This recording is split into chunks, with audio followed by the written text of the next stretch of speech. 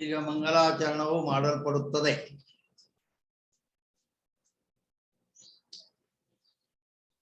जो सुख नित्य ओम श्री गणेश शारदा श्री गुरुभ्यो नमः. ಈಗ ವಿಚಾರ ಸಾಗರದ ಮಂಗಲಾಚರಣವು ಮಾಡಿ ಆನಂತರ ಗ್ರಂಥ ಪ್ರಾರಂಭವಾಗುತ್ತದೆ.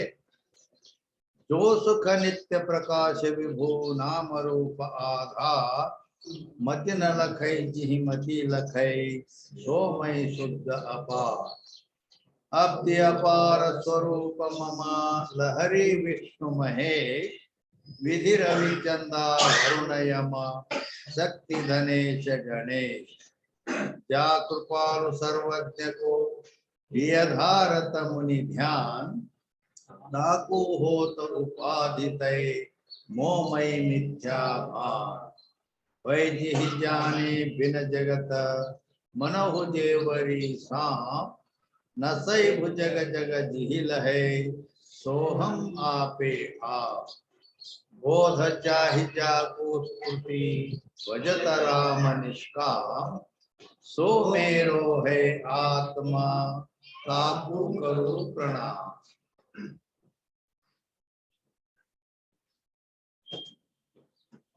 ಇನ್ನು ಮೇಲೆ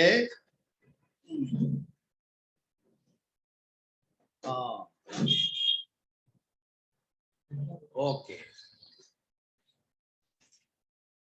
ಈಗ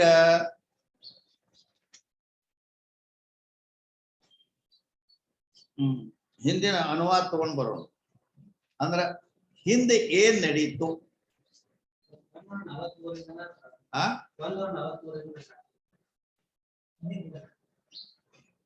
143 ಬಾಳ ಐತಿ ಇಲ್ಲಿ. ಈಗ ಅದೆಲ್ಲ 143ನೇ ಅಂಕದಲ್ಲಿ ಅದು ಮಧ್ಯದಲ್ಲಿ ಹೋಗಿ ನಿಂತಿದೆ. ಅದನ್ನ ಬಂದು ಹೇಳ್ತೇನೆ ನಿಮಗೆ. ಬಂದು ಎಲ್ಲಿಗೆ ನಿಂತಿದೀವಿ ಅಲ್ಲಿ ಶುರು ನಾ ಹೇಳ್ತೇನೆ. ಅಂದರೆ ಈ ಹಿಂದೆ ಇಲ್ಲಿಯವರೆಗೆ ವಿಷಯ ಏನ್ ನಡ್ಕೊಂಡು ಬಂತು? Do you know? ನಿಮಗೆ ಗೊತ್ತಾ? You don't know. ನಿಮ್ಗೆ ಏನೂ ಗೊತ್ತಿಲ್ಲ. ಯಾಕಂದ್ರೆ ಅದು ಸಪಾಟಾಗಿ ಹೋಗಿ ಅದಕ್ಕೆ ನಿಮಗೆ ನೆನಪು ಮಾಡಿಕೊಟ್ಟು ಇದು ನಡೆದಿತ್ತು ಇಲ್ಲಿ ತನ, ಇನ್ ಮುಂದೆ ಇದು ನಡೆಯುತ್ತದೆ ಅಂತ ಹೇಳಿ ನಿಮಗೆ ಲಿಂಕ್ ಮಾಡಿದಾಗ ಅವಾಗ ಬರೋಬರಿ ಅಂತ ಆಗ್ತದ. ಅದಕ್ಕಾಗಿ ಹಿಂದೆ ಶಿಷ್ಯ ಶಂಕ ಮಾಡಿದ್ದ. 137ನೇ ಅಂಕದಲ್ಲಿ ಏನ್ ಶಂಕ ಮಾಡಿದ್ದ ಅಂದ್ರ, ರಜ್ಜು ಜ್ಞಾನದಿಂದ ಸರ್ಪದ ನಿವೃತ್ತಿ ಆಗೋದಿಲ್ಲ ಶಂಕ ಮಾಡಿದ್ದ. ಹಗ್ಗ ಜ್ಞಾನ ಆದ್ರೂ ಸರ್ಪದ ನಿವೃತ್ತಿ ಆಗೋದಿಲ್ಲ. ಯಾಕಂತ ಕೇಳಿದರೆ ಆ ರಜ್ಜು ಅಧಿಷ್ಠಾನ ಅಲ್ಲ. ಯಾಕಂದ್ರ ಅದ್ವೈತವಾದದಲ್ಲಿ ನೇಮ ಏನೈತೆ ಅಂದ್ರ ಅಧಿಷ್ಠಾನ ಜ್ಞಾನದಿಂದಲೇ ಅಧ್ಯಸ್ಥದ ನಿವೃತ್ತಿ ಅಂತ ನೇಮ ಐತಿ. ಆದ್ರ ಹಗ್ಗ ಅಧಿಷ್ಠಾನ ಅಲ್ಲ. ಸರ್ಪ ರಜ್ಜು ಉಪಿತ ಚೇತನ ಅಧಿಷ್ಠಾನ ಅಂತ ಸಿದ್ಧ ಆಕೈತಿ. ಯಾಕ ಹಗ್ಗವು ಕೂಡ ಕಲ್ಪಿತ ಐತಿ ಅನ್ನೋ ಲೆಕ್ಕದಿಂದ. ಆದ್ದರಿಂದ ಹಗ್ಗ ಜ್ಞಾನದಿಂದ ಸರ್ಪ ನಿವೃತ್ತಿ ಆಗೋದಿಲ್ಲ ಅಂತ ಶಂಕ ಮಾಡಿಸ್ತಾರೆ. ಅದಕ್ಕೆ ಅವರು ಉತ್ತರ ಹೇಳಿದ್ರು. ಏನಂತ ನೋಡಪ್ಪ, ಹಗ್ಗ ಜ್ಞಾನ ಅಂದ್ರನ ಅಂದ್ರೆ ರಜ್ಜು ಜ್ಞಾನ ಅಂದ್ರನ ರಜ್ಜು ಉಪಿತ ಚೇತನ ಜ್ಞಾನ ಅಂದ್ರೆ ಅಧಿಷ್ಠಾನ ಜ್ಞಾನ ಅಂತ ಹೇಳಿದ್ರು. ಯಾಕಂತ ಕೇಳಿದ್ರ, ಯಾವಾಗ ಹಗ್ಗ ಜ್ಞಾನ ಆಕೈತಲ್ಲ ಆ ಹೇಳಿದಾಗ ಆ ವೃತ್ತಿ ಹೋಗಿ ಅಲ್ಲಿ ಆ ರಜ್ಜು ಉಪಹಿತ ಚೇತನ ವೃತ್ತಿ ಉಪಹಿತ ಚೇತನ ಎರಡು ಒಂದಾಗುತ್ತವೆ. ಆವಾಗ ರಜ್ಜು ಉಪಹಿತ ಚೇತನದ ಜ್ಞಾನವೇ ಆಗುತ್ತದೆ. ಅಂದ್ರೆ ಆ ರಜ್ಜುಹಿತ ಚೇತನವನ್ನು ಆಶ್ರಯಿಸಿದ ಅಜ್ಞಾನ ಅವನ ಭಂಗ ಮಾಡುತ್ತದೆ. ಆದ್ದರಿಂದ ಆವಾಗ ರಜ್ಜು ಜ್ಞಾನ ಅಂದ್ರನ ರಜ್ಜು ಉಪಿತ ಚೇತನ ಜ್ಞಾನ. ಆದ್ದರಿಂದ ಸರ್ಪ ನಿವೃತ್ತಿ ಆಗುತ್ತದೆ ಸಮಾಧಾನ ಹೇಳಿದ್ರು. ಅವ ಓಕೆ ಅಂತ ಆದರೂ ಪರಂತು ಮತ್ತೇನಂದ, ಇಲ್ಲ ಮತ್ತ ಅದು ಮತ್ತೊಮ್ಮೆ ಎಲ್ಲಿ ಬಂದಂದ್ರ ರಜ್ಜು ಜ್ಞಾನದಿಂದ ಸರ್ಪ ನಿವೃತ್ತಿ ಆಗುದಿಲ್ಲ ಅಂದಿದ್ದು ನೀವು ಹೇಳಿದಿರಿ, ಬರಬರಿ ಆಗ್ತದೆ. ಆ ಸರ್ಪ ನಿವೃತ್ತಿ ಆಗ್ತದೆ, ಒಪ್ಪೋದು. ಆದ್ರೆ ಸರ್ಪ ಜ್ಞಾನ ನಿವೃತ್ತಿ ಆಗುವುದಿಲ್ಲ. ಶಂಕ ಮಾಡಿ, ಸರ್ಪ ಜ್ಞಾನ ನಿವೃತ್ತಿ ಆಗುವುದಿಲ್ಲ. ಸರ್ಪ ಜ್ಞಾನ ನಿವೃತ್ತಿ ಆಗುವುದಿಲ್ಲ ಅಂದ ಕೂಡಲೇನ ಅವಾಗ ಅವರು ಅಂದ್ರೆ 139ರಿಂದ ಸರ್ಪ ಜ್ಞಾನ ನಿವೃತ್ತಿ ಆಗುವುದಿಲ್ಲ ಅಂತ ಹೇಳಿದ. ಯಾಕಂದ್ರ ಆ ರಜ್ಜು ಜ್ಞಾನದಿಂದ ರಜ್ಜು ಅವಚ್ಛಿನ್ನ ಚೇತನ ಅದು ಅಧಿಷ್ಠಾನಿತ್ತು, ಅದು ಜ್ಞಾನ ಆಯ್ತು, ಅದು ಹೋತ್. ಸರ್ಪಕ್ಕೆ ಅಧಿಷ್ಠಾನ ರಜ್ಜು ಚೇತನ ಅಲ್ಲ, ಸರ್ಪ ಜ್ಞಾನಕ್ಕ ಅಲ್ಲಿ ವೃತ್ತಿ ಉಪಹಿತ ಚೇತನ ಸಾಕ್ಷಿ ಜ್ಞಾನ ಬೇಕ. ಯಾಕ ಜ್ಞಾನವು ಒಂದು ನೇಮ್ ಹಾಕಿದ್ರು, ಪ್ರಮಾತ ಅಥವಾ ಸಾಕ್ಷಿಯನ್ನು ಆಶ್ರಯ ಮಾಡಿಕೊಂಡು ಜ್ಞಾನಗಳಿರುತ್ತವೆ, ಅವನ್ನ ಬಿಟ್ಟಿರುವುದಿಲ್ಲ. ಆ ಸಾಕ್ಷಿ ಅಥವಾ ಪ್ರಮಾತ ಅಂತಃಕರಣದಲ್ಲಿ ಅಂದ ಮೇಲೆ ಆದ್ದರಿಂದ ಜ್ಞಾನ ಅಂದ್ರೆ ಸರ್ಪಜ್ಞಾನ ನಿವೃತ್ತಿ ಆಗೋದಿಲ್ಲ. ಅಂದ್ರೆ ಸಾಕ್ಷಿ ಜ್ಞಾನ ಆದಾಗ ಆ ಸರ್ಪಜ್ಞಾನ ನಿವೃತ್ತಿ ಆಗೋದು. ಹೀಗೆ ಶಂಕ ಮಾಡಿಬಿಟ್ಟ. ಆವಾಗ ಅವರು ಮುಂದ ಅದಕ್ಕಾಗಿ ಸಮಾಧಾನ ಹೇಳ್ತಾ ನಡೆದರು. ಎಲ್ಲಿ 140ರಿಂದ ಈ ಸರ್ಪಜ್ಞಾನ ನಿವೃತ್ತಿ ಆಗಬೇಕಾದರೆ ಅದಕ್ಕೆ 3 ರೀತಿಯಲ್ಲಿ ಸಮಾಧಾನ ಹೇಳುತ್ತಾರೆ ಅಂತ ನಾ ಹೇಳಿದ್ದೆ. 3 ಪ್ರಕಾರವಾಗಿ ಭಿನ್ನ ಭಿನ್ನವಾಗಿ ಅದಕ್ಕೆ ಸಮಾಧಾನ ಹೇಳ್ತಾರೆ. ಒಂದನೇದು ಏನ್ ಹೇಳಿದ್ರು ಅಂತಂದ್ರ ಅದು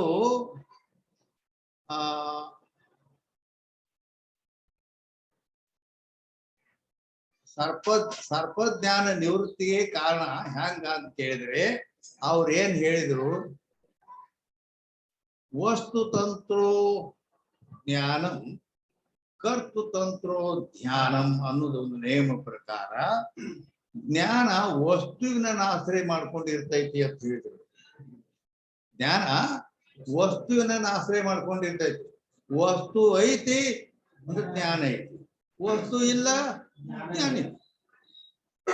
ಅಲ್ಲಿ ಏನೈತಿ, ರಜ್ಜು ಚೇತನ ಜ್ಞಾನ ಆದ ಕೂಡಲೇ ಸರ್ಪ ಹೋಗ್ಬಿಡ್ತು. ಸರ್ಪ ಅನ್ನೋ ವಿಷಯ ಹೋಯ್ತು ಅಂದ್ರ ಮತ್ತ ಅದ್ರ ಜ್ಞಾನ ಅದು ವಿಷಯ ಅದಿರ್ತೈತಿ. ವಸ್ತು ಜ್ಞಾನ ವಸ್ತು ಇಲ್ಲದ್ರ ಜ್ಞಾನ ಹೋಗ್ಬಿಡ್ತೈತಿ, ಇಲ್ಲ ಆಕೈತಿ, ಈ ರೀತಿ ನಿವೃತ್ತಿ ಆಕೈತಿ. ಅದ್ ಹಿಂಗ್ ಒಂದು ರೀತಿ ಸಮಾಧಾನ ಹೇಳಿದ್ರಿ ಅದಕ್ಕೆ. ಆದ್ರೂ ಅದನ್ನು 3 ರೀತಿಯಲ್ಲಿ ಸಮಾಧಾನ ಹೇಳುತ್ತಾರೆ ಅಂತ ನಾ ಹೇಳ್ಕೊಂಡು ಬಂದೆ. ಅದಕ್ಕನ ಯಾಕಂದ್ರ ಅಲ್ಲಿ ನಿವೃತ್ತಿ ಅನ್ನೋದು 2 ಪ್ರಕಾರವಾಗಿರುತ್ತದೆ. ಒಂದು ಅತ್ಯಂತ ನಿವೃತ್ತಿ ಅಂತ ಹೇಳಲ್ಪಡುತ್ತದೆ, ಇನ್ನೊಂದು ಕಾರಣದಲ್ಲಿ ಲಯರೂಪ ನಿವೃತ್ತಿ ಕಾರ್ಯ ಆಗ್ತೈತಿ. ಹಿಂಗ ಅತ್ಯಂತ ನಿವೃತ್ತಿ ಅಂದ್ರೆ ಕಾರಣ ಸಹಿತ ಕಾರ್ಯದ ನಿವೃತ್ತಿಗೆ ಅತ್ಯಂತ ನಿವೃತ್ತಿ, ಕಾರಣದಲ್ಲಿ ಕಾರ್ಯವು ಲಯರೂಪ ನಿವೃತ್ತಿ ಆಗ್ತದ. ಈ ರೀತಿ ಲಯರೂಪ ನಿವೃತ್ತಿಯ ಬಗ್ಗೆ ಅವರು ಹೇಳ್ಕೊತ ಮಾಡ್ತಾರೆ. ಅದು ಎಲ್ಲಿ ತನ ಬಂದ್ರಂದ್ರ ಈಗ ಇಲ್ಲಿ ಮುಂದ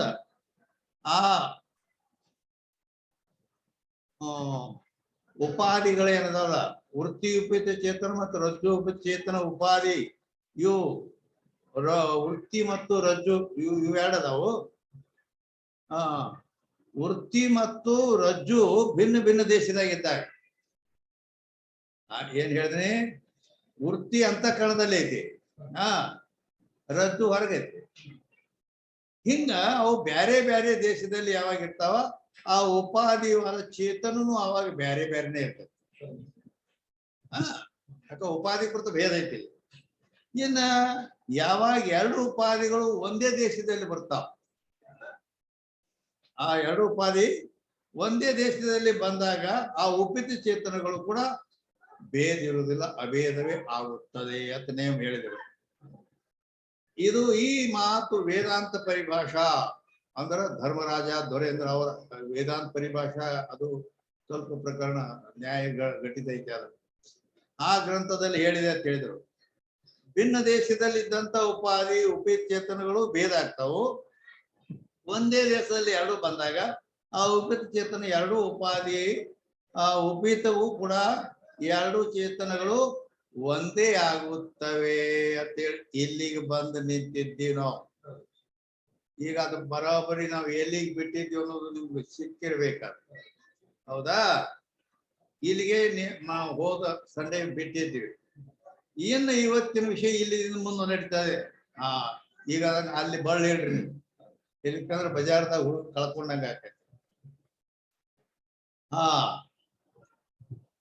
या प्रकारते रज्जु के प्रत्यक्ष ज्ञान समय रज्जु उपयुक्त चेतन और वृत्ति उपयुक्त चेतन एक है. ಈ ರೀತಿಯಾಗಿ ಹಗ್ಗದ ಪ್ರತ್ಯಕ್ಷ ಜ್ಞಾನ ಯಾವಾಗ ಆಕೈತಿ ಆವಾಗ ರಜ್ಜು ಉಪಯುಕ್ತ ಚೇತನ ಮತ್ತು ವೃತ್ತಿ ಉಪಯುಕ್ತ ಚೇತನ ಎರಡು ಒಂದೇ ಆಗಿರ್ತಾವ.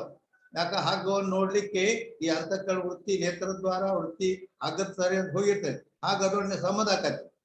ಸಂಬಂಧ ಆದಾಗ ಎರಡು ಆ ಉಪಾಧಿಗಳು ರಜ್ಜು ಮತ್ತು ವೃತ್ತಿ ಎರಡು ಒಂದ್ ಆದವು ಅಂದ್ಕೊಳ್ಳಿ. ಆ ರಜ್ಜು ಉಪಯುಕ್ತ ಚೇತನ ವೃತ್ತಿ ಉಪಯುಕ್ತ ಚೇತನ ಚೇತನ ಅಭೇದ ಆಗಿಬಿಡ್ತಾವೆ. ಹಿಂಗ तहाँ साक्षी चेतन ही उपयुक्त चेतन है. वृत्ति उपयुक्त चेतन अंद्र साक्षी चेतन. ಯಾಕ ಅದು ಅಂತಃಕರಣ ಉಪಹಿತ ಚೇತನಕ್ಕನ ಸಾಕ್ಷಿ ಅಂದ್ರ ಆ ಅಂತಃಕರಣವೇ ವೃತ್ತಿ ರೂಪದಿಂದ ಪರಿಣಾಮ ಹೊಂದದಾಗ ಆ ವೃತ್ತಿ ಉಪಯುಕ್ತ ಚೇತನವೇ ಸಾಕ್ಷಿ. ಹೀಗಲ್ಲ. ಅದಕ್ಕ ಯಾಕಂದ್ರ ಅಲ್ಲಿ ಅಂದ್ರ ಆ ಸಾಕ್ಷಿ ಬಗ್ಗೆ ತಿಳಿಸ್ತಾರ ಅವ್ರು. ಅಂದ್ರ ವೃತ್ತಿ ಉಪಯುಕ್ತ ಚೇತನವೇ ಅಲ್ಲಿ ಸಾಕ್ಷಿ ಅಂತ ಹೇಳಲ್ಪಡ್ತೈತಿ. ಯಾಕಂದ್ರ ಈಗ ಆ ಸಾಕ್ಷಿಯ ಲಕ್ಷಣ ಮಾಡ್ತಾರ. ಇನ್ನ ಎಂಟೆತ್ತಿನ ನೇಗಲ ಹಚ್ಚುತ್ತೇವೆ. अंतःकरण और ताकि वृत्ति में स्थित जो तिनका प्रकाशक चेतन मात्र सो साक्षी कहिए है. पाठ ಮಾಡೋದನ್ನ ಸಾಕ್ಷಿ ಅಂದ್ರೆ ಎದಕ್ಕನ್ನುತ್ತಾರೆ ಅಂದ್ರೆ ಲಕ್ಷಣದು ಅಂತಃಕರಣದಲ್ಲಿರುವ ಮತ್ತು ಅಂತಃಕರಣ ವೃತ್ತಿಯಲ್ಲಿ ಇರುವ ಹಾಗೂ ಅವುಗಳ ಪ್ರಕಾಶಕ ಚೇತನ ಮಾತ್ರ ಅದಕ್ಕೆ ಸಾಕ್ಷಿ ಅನ್ನುತ್ತಾರೆ ಅಂತ ಇಲ್ಲಿ 4 ಪದಗಳನ್ನು ಇಟ್ಟಿದ್ದಾರೆ ಸಾಕ್ಷಿ ಲಕ್ಷಣದಲ್ಲಿ. ಸಾಕ್ಷಿಯತ್ ಎದಕ್ಕನಬೇಕು ಅಂದ್ರ ಅಂತಃಕರಣದಲ್ಲಿ ಅಂತಃಕರಣ ವೃತ್ತಿಯಲ್ಲಿ ಇರ್ತಕ್ಕಂತ ಅವುಗಳ ಪ್ರಕಾಶಕ ಚೇತನ ಮಾತ್ರ ಸಾಕ್ಷಿ. ಇಷ್ಟು ಪದಗಳನ್ನು ಒಂದು ಸಾಕ್ಷಿನ ತಿಳಿಸಲಾಕ ಇಷ್ಟು 4 ಪದಗಳನ್ನು ಇಟ್ರೆ ಶಾಸ್ತ್ರದಲ್ಲಿ ಒಂದು ನೇಮ. ಏನ ನೇಮ? ಅನಾವಶ್ಯ ಪದಾರ್ಥ ಸ್ವೀಕಾರಂ ಗೌರವ ದೋಷ ಅನ್ನುತ್ತಾರೆ. ಹೆಚ್ಚ ಕಡಿಮೆ ಈಗ ನಾನು ಕೃಷ್ಣಾನ ಕರೆದ ಬಾರಪ್ಪ ಅಂತ ನಾ ಹೇಳಿದೆ. ಕೃಷ್ಣಾನ ಕರೆ 4 ಮಂದಿ ಹೋಗೋ ನಡ್ರಿ ಅಂದ್ರೆ ಕೆಲಸ ಆಕತಿ. ಹೌದಲ್ಲ? ಅಲ್ಲಿ 4 ಮಂದಿ ಹೋಗೋದು 2 ಹೋಗೋದು ಅವಶ್ಯಕತೆ ಇಲ್ಲ. ಹೌದಿಲ್ಲ? ಹಾಗೆ ಅನಾವಶ್ಯ ಪದಾರ್ಥ ಸ್ವೀಕಾರ, ಅವಶ್ಯಕ ಇಲ್ಲದ ಪದಾರ್ಥಗಳನ್ನು ಹೆಚ್ಚಿಗೆ ನೀವು ಇಟ್ಕೊಂಡಿವಿ ಅಂದ್ರೆ ಪದಗಳನ್ನ ಅದು ಶಾಸ್ತ್ರ ಗೌರವ ದೋಷ ಅನ್ನುತ್ತಾರೆ. ಅದಕ್ಕೆ ಈ ದೋಷ ಬರ್ತೈತಿ. ಆದ್ರಿಂದ ಕರೆಕ್ಟ್ ಎಷ್ಟು ಬೇಕು ಹೆಂಗ ಸಾರ ಮಾಡ್ಲಿಕ್ಕೆ ಸಾರದೊಳಗೆ ಉಪ್ಪು ಹೆಚ್ಚು ಆಗ್ಬಾರ್ದು ಕಡಿಮೆನೂ ಆಗ್ಬಾರ್ದು, ಕರೆಕ್ಟ್ ಇರ್ಬೇಕು. ಹೌದಲ್ಲ? ಅಂದ್ರೆ ಅದು ಟೇಸ್ಟ್ ಆಗ್ತದೆ. ಆ ರೀತಿ ಲಕ್ಷಣದಲ್ಲಿಯೂ ಕೂಡ ಪದಗಳು ಹೆಚ್ಚು ಇರಬಾರ್ದು ಕಡಿಮೆ ಇರಬಾರ್ದು. ಹೆಚ್ಚಿದ್ರೆ ಅತಿವ್ಯಾಪ್ತಿ ಆಗುತ್ತದೆ. ಹೆಚ್ಚು ಇರಬಾರ್ದು ಕಡಿಮೆನೂ ಇರಬಾರ್ದು, ಕರೆಕ್ಟ್ ಇರಬೇಕು. ಅಂದ್ರೆ ಅದು ಯೋಗ್ಯ ಲಕ್ಷಣ ಅಂತ ಹೇಳಲ್ಪಡ್ತೈತಿ. ಅದಕ್ಕೆ ಅದು ಹೆಚ್ಚದಾವು ಕಡಿಮೆ ಅದಾವು ಅಥವಾ ಏನೈತಿ ಅದನ್ನ ಪರೀಕ್ಷೆ ಮಾಡಿ ನೋಡ್ಬೇಕಂತ. ಆ ಲಕ್ಷಣದ ಪರೀಕ್ಷೆ ಮಾಡ್ಬೇಕು ಅಥವಾ ಅದಕ್ಕೆ ಪದಕೃತಿ ಮಾಡಬೇಕು ಅಂತ. ಅದ ಪದಕೃತಿ ಅಂದ್ರೆ 3 ದೋಷಕ್ಕೆ ಅಭಾವ ದರ್ಶಕ್ ವಿಚಾರಕಾನ ಪದಕೃತಿ. ಪದಕೃತಿ ಮಾಡೋದಲ್ಲ, ಈ ಲಕ್ಷಣ ಮಾಡೋದು ಮೊದಲು. ಲಕ್ಷಣದಲ್ಲಿ ಏನಾದ್ರು ದೋಷ ಐತಿ ಅನ್ನೋದನ್ನ ಸೋಸಿ ನೋಡೋ ಸಲುವಾಗಿ ಪದಕೃತಿ ಮಾಡೋದು. ಆ ಪದಕೃತಿ ಅಂತ ಅದಕ್ಕಂತಾರ, ಅದ್ರ ಲಕ್ಷಣ ಏನು ಪದಕೃತಿ? ತೀನ ದೋಷಕ್ಕೆ ಅಭಾವ ದರ್ಶಕ ವಿಚಾರ ಕಾರಣ ಪದಕೃತಿ. 3 ದೋಷ ಬರ್ತಾವ ಲಕ್ಷಣದಲ್ಲಿ. ನೀವು ಲಕ್ಷಣ ಮಾಡ್ತೀರಲ್ಲ, ಮಾಡುವ ಲಕ್ಷಣದಲ್ಲಿ 3 ದೋಷ ಬರ್ತಾವ. ಅವ್ಯಾಪ್ತಿ, ಅತಿವ್ಯಾಪ್ತಿ, ಅಸಂಭವ ಅಂತೇಳಿ. ಅದಕ್ಕೆ ಯೋಗ್ಯ ಲಕ್ಷಣ ಇರ್ಬೇಕಾದ್ರ ಅವ್ಯಾಪ್ತಿ, ಅತಿವ್ಯಾಪ್ತಿ, ಅಸಂಭವ. ಏತದ್ದೂಷಣತ್ರಯ ರಹಿತತ್ವೇ ಅಸಾಧಾರಣ ಧರ್ಮೋ ಸಲ್ಲಕ್ಷಣಂ ಅಂತ ಸಂಸ್ಕೃತದೊಳಗ ಯೋಗ್ಯ ಲಕ್ಷಣ ಎದಕ್ಕೆ ಅನ್ಬೇಕು ಅಂದ್ರ ಈ 3 ದೋಷಗಳಿಂದ ರಹಿತವಾದದ್ದೇ ಯೋಗ್ಯವಾದ ಲಕ್ಷಣ, ನಿರ್ದೋಷ ಲಕ್ಷಣ ಅಂತ ಹೇಳಲ್ಪಡುತ್ತದೆ. ಆದ್ದರಿಂದ ಈ ಅವ್ಯಾಪ್ತಿ, ಅತಿವ್ಯಾಪ್ತಿ, ಅಸಂಭವ ಎಂಬ ದೋಷಗಳು ಇಲ್ಲಿ ಅದಾವೇನು ಅದನ್ನು ನಾವು ನೋಡ್ಬೇಕು. ಅದಕ್ಕ ಪದಕೃತಿ ಅಂತ.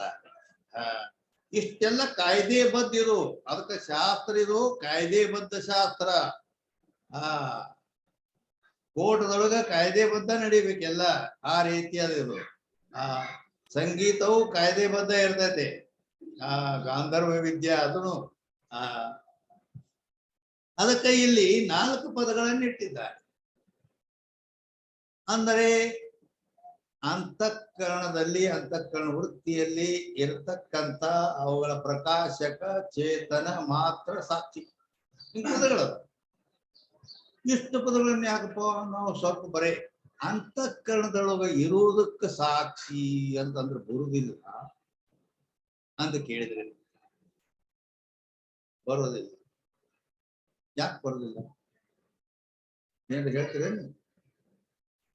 ಇಲ್ಲಿ ಹೇಳಕ್ ಇಲ್ಲಿ ಇನ್ನು ಆಸ್ಪದ ಇಲ್ಲಿ. ಅಂದರೆ ಕೇವಲ ಅಂತಃಕರಣದೊಳಗೆ ಇರೋದಕ್ಕೆ ನಾವು ಸಾಕ್ಷಿ ಅಂದರೆ ಸಾಕ್ಷಿ ಹೊರಗಿಲ್ಲ ಅಂತ ಅರ್ಥ ಆಗ್ತದೆ. ಅಂತಃಕರಣದಾಗ ಇರೋದು ಮತ್ ಪರಿಚಯ ಆತಲ್ಲ, ಅದು ಪರಿಪೂರ್ಣ ವಸ್ತು. ಅಲ್ಲುಂಟು ಇಲ್ಲಿಲ್ಲವೆನದೆ ಕಾಲತ್ರಯದಿ ಎಲ್ಲೆಲ್ಲಿ ಪರಿಪೂರ್ಣವಾಗಿ ತುಂಬಿಹುದು ಎಂತಿಹುದು ಪರವಸ್ತು ಮಾಲಿಂಗರಂಗನಂತಾರೆ. ಆದ್ದರಿಂದ ಅದು ಬರೇ ಅಂತಃಕರಣದಲ್ಲಿ ಇರೋದು ಅನ್ಕೂಲೇನ ಇದು ಅವ್ಯಾಪ್ತಿ ದೋಷ ಬರುತ್ತದೆ. ಯಾವ ದೋಷ ಅಂತಾರೆ ಇದಕ್ಕ? ಅವ್ಯಾಪ್ತಿ ದೋಷ ಅಂತಾರೆ. ಅವ್ಯಾಪ್ತಿ ದೋಷದ ಲಕ್ಷಣ ಏನ್ ಹಂಗಾರ ಅಂತ ಕೇಳಿದ್ರ, ಯಾಕಂದ್ರೆ ಪ್ರತಿಯೊಂದು ಲಕ್ಷಣ ಹೇಳ್ಬೇಕು ನೀವು. ಅವ್ಯಾಪ್ತಿ ದೋಷ ಅಂತ ಎದಕ್ಕಂತಾರೆ ಅಂದ್ರೆ ಲಕ್ಷೇಕ ದೇಶವರ್ತಿತ್ವಂ ಅವ್ಯಾಪ್ತಿತ್ವಂ, ಇವೆಲ್ಲ ಸಂಸ್ಕೃತ ಲಕ್ಷಣಗಳು. ಲಕ್ಷೇಕ ದೇಶವರ್ತಿತ್ವಂ, ಆ ಲಕ್ಷ್ಯದ ಏಕದೇಶದಲ್ಲಿ ವರ್ತಿಸಿದರೆ ಅಂದ್ರೆ ಇದು ತಿಳಿತ ನಿಮ್ಗೆ ಏನ್ ಏಕದೇಶದಲ್ಲಿ ವರ್ತಿಸುವುದು ಏನು ಗೊತ್ತಾಗುದು ನಿಮಗ್ ತಿಳಿಯಂಗ ಹೇಳ್ಬೇಕಂದ್ರೆ, ಆಕಳ ಈಗ ಹೊರಗಿನ ದೇಶದವ ಬಂದಿದ್ದ ಆಕಳ ಅಂದ್ರ ನಮ್ಮ ಭಾರತದಲ್ಲಿ ಅದು ದೇವರ ಪೂಜೆ ಮಾಡ್ತಾರ, ಹೌದಿಲ್ಲ? ಅದು ಆಕಳನ್ನು ಅದು ಬೆಂಗಳೂರು ಭಾಷೆಯಲ್ಲಿ ಹಸು ಅಂತಾರ. ಈ ಕಡೆ ಹಸು ಅಂದ್ಕೂಡೇನ ಹೊಟ್ಟೆ ಹಸದ ಹಸು ಅಂತಾರ. ಆಕಳು ಅಂದ್ರ ಅದು ಪೂಜನೀಯ, ಅದನ್ನ ಪೂಜಾ ಮಾಡ್ಬೇಕಂತ ಅಂದ್ಕೂಡ ನಾವು ಅಮೇರಿಕದ ಮನುಷ್ಯ ಗೊತ್ತಿಲ್ಲ. ಆಕಳ ಅಂದ್ರೆ ಹೆಂಗಿರ್ತೈತೆ ಅಂತ ಕೇಳ್ದ, ಬಿಳಿದಿರ್ತೈತೆ ಅಂತ ಹೇಳ್ದ. ಏನ್ ಹೇಳಿದ್ರು? ಬಿಳಿದಿರ್ತೈತೆ ಆಕಳ, ಅದು ಬಿಳಿ ಬೆಳ್ಳಗೆ ಇದ್ದದ್ದು ಆಕಳ ಅಂತ ಹೇಳಿದ್ರು. ಅಲ್ಲಿಂದ ಅವನು ಹೋಗೋತನ ಒಂದು ಕ್ವಾಣ ಬತ್ತು ಮುಂದೆ, ಇದು ಕರಿ ಆಕಳ ಬತ್ತು. ಕರಿ ಆಕಳ ಇರ್ತಾವಲ್ಲ, ಅಥವಾ ಕೆಂಪು ಆಕಳ ಇರ್ತಾವ, ಹಂಡ ಬಂಡನೂ ಇರ್ತಾವ. ಕೆಂಪು ಆಕಳ ಬತ್ತು, ಕೆಂಪು ಆಕಳ ಬಂದ ಕೂಡಲೇನ ಅದಕ್ಕ ಇದು ಅಲ್ಲ ನಾವು, ಯಾಕ ಬೆಳಗ್ಗೆ ಎಲ್ಲಿದ್ರು ಅಂದ್ರೆ ಏನಾಯ್ತು, ನಾವು ಮಾಡಿದ ಲಕ್ಷಣ ಬರೀ ಬಿಳಿ ಆಕಳಲ್ಲಿ ಕುಂತು ಈ ಕರಿ ಆಕಳ ಕೆಂಪು ಆಕಳಗಳಲ್ಲಿ ಕಡಿಮೆ ಬಿತ್ತದು. ಅವ್ಯಾಪ್ತಿ ಅಂದ್ರೆ ಅವ್ರು ಕಡಿಮೆ ಬಿತ್ತು. ಇಲ್ಲಿ ಸಂಭವಿಸುವಂತಲ್ಲ ಆಕಳ ಅದಾವ ಅವು. ಅದಕ್ಕಾಗಿ ಬರೇ ಅಂತಃಕರಣದಲ್ಲಿ ಇರೋದು ಅಂದ್ಕೊಳ್ಳೇನ ಹಿಂಗಾಕತಿ ಅವ್ಯಾಪ್ತಿ ದೋಷ ಬರುತ್ತದೆ. ಅವ್ಯಾಪ್ತಿ ಗೊತ್ತಾಗ್ತದ. ಅದಕ್ಕೆ ಮತ್ತೇನ್ ಮಾಡ್ಬೇಕು? ಆ ದೋಷ ನಿವೃತ್ತಿ ಮಾಡೋ ಸಲುವಾಗಿ ನಾವು ಏನ್ ಮಾಡಿದೀವಿ? ಅಂತಃಕರಣ ವೃತ್ತಿಯಲ್ಲಿ ಇರತಕ್ಕಂತ ಮುಂದೆ ಪದ ಇಟ್ಟಿವಿ ನಾವು. ಅಂತಃಕರಣದಲ್ಲಿ ಇರ್ಬೇಕಾ? ಅಂತಃಕರಣ ವೃತ್ತಿಯಲ್ಲಿ ಇರಬೇಕು ಅಂತಂದಾಗ ಬೇಡ ಒಂದ ಇಟ್ರೆ ಹಂಗಾಗತ್ತೆ.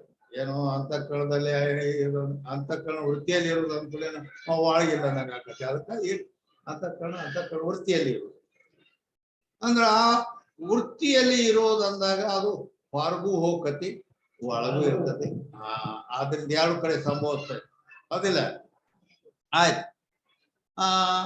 ಆದರೆ ಇನ್ನೊಂದು ಏನಾಕೈತೆ ಅಂದ್ರ ಅಂತಃಕರಣ ವೃತ್ತಿಯಲ್ಲಿ ಇರೋದಕ್ಕನ ಸಾಕ್ಷಿ ನಾವು ಅಂದ್ರೆ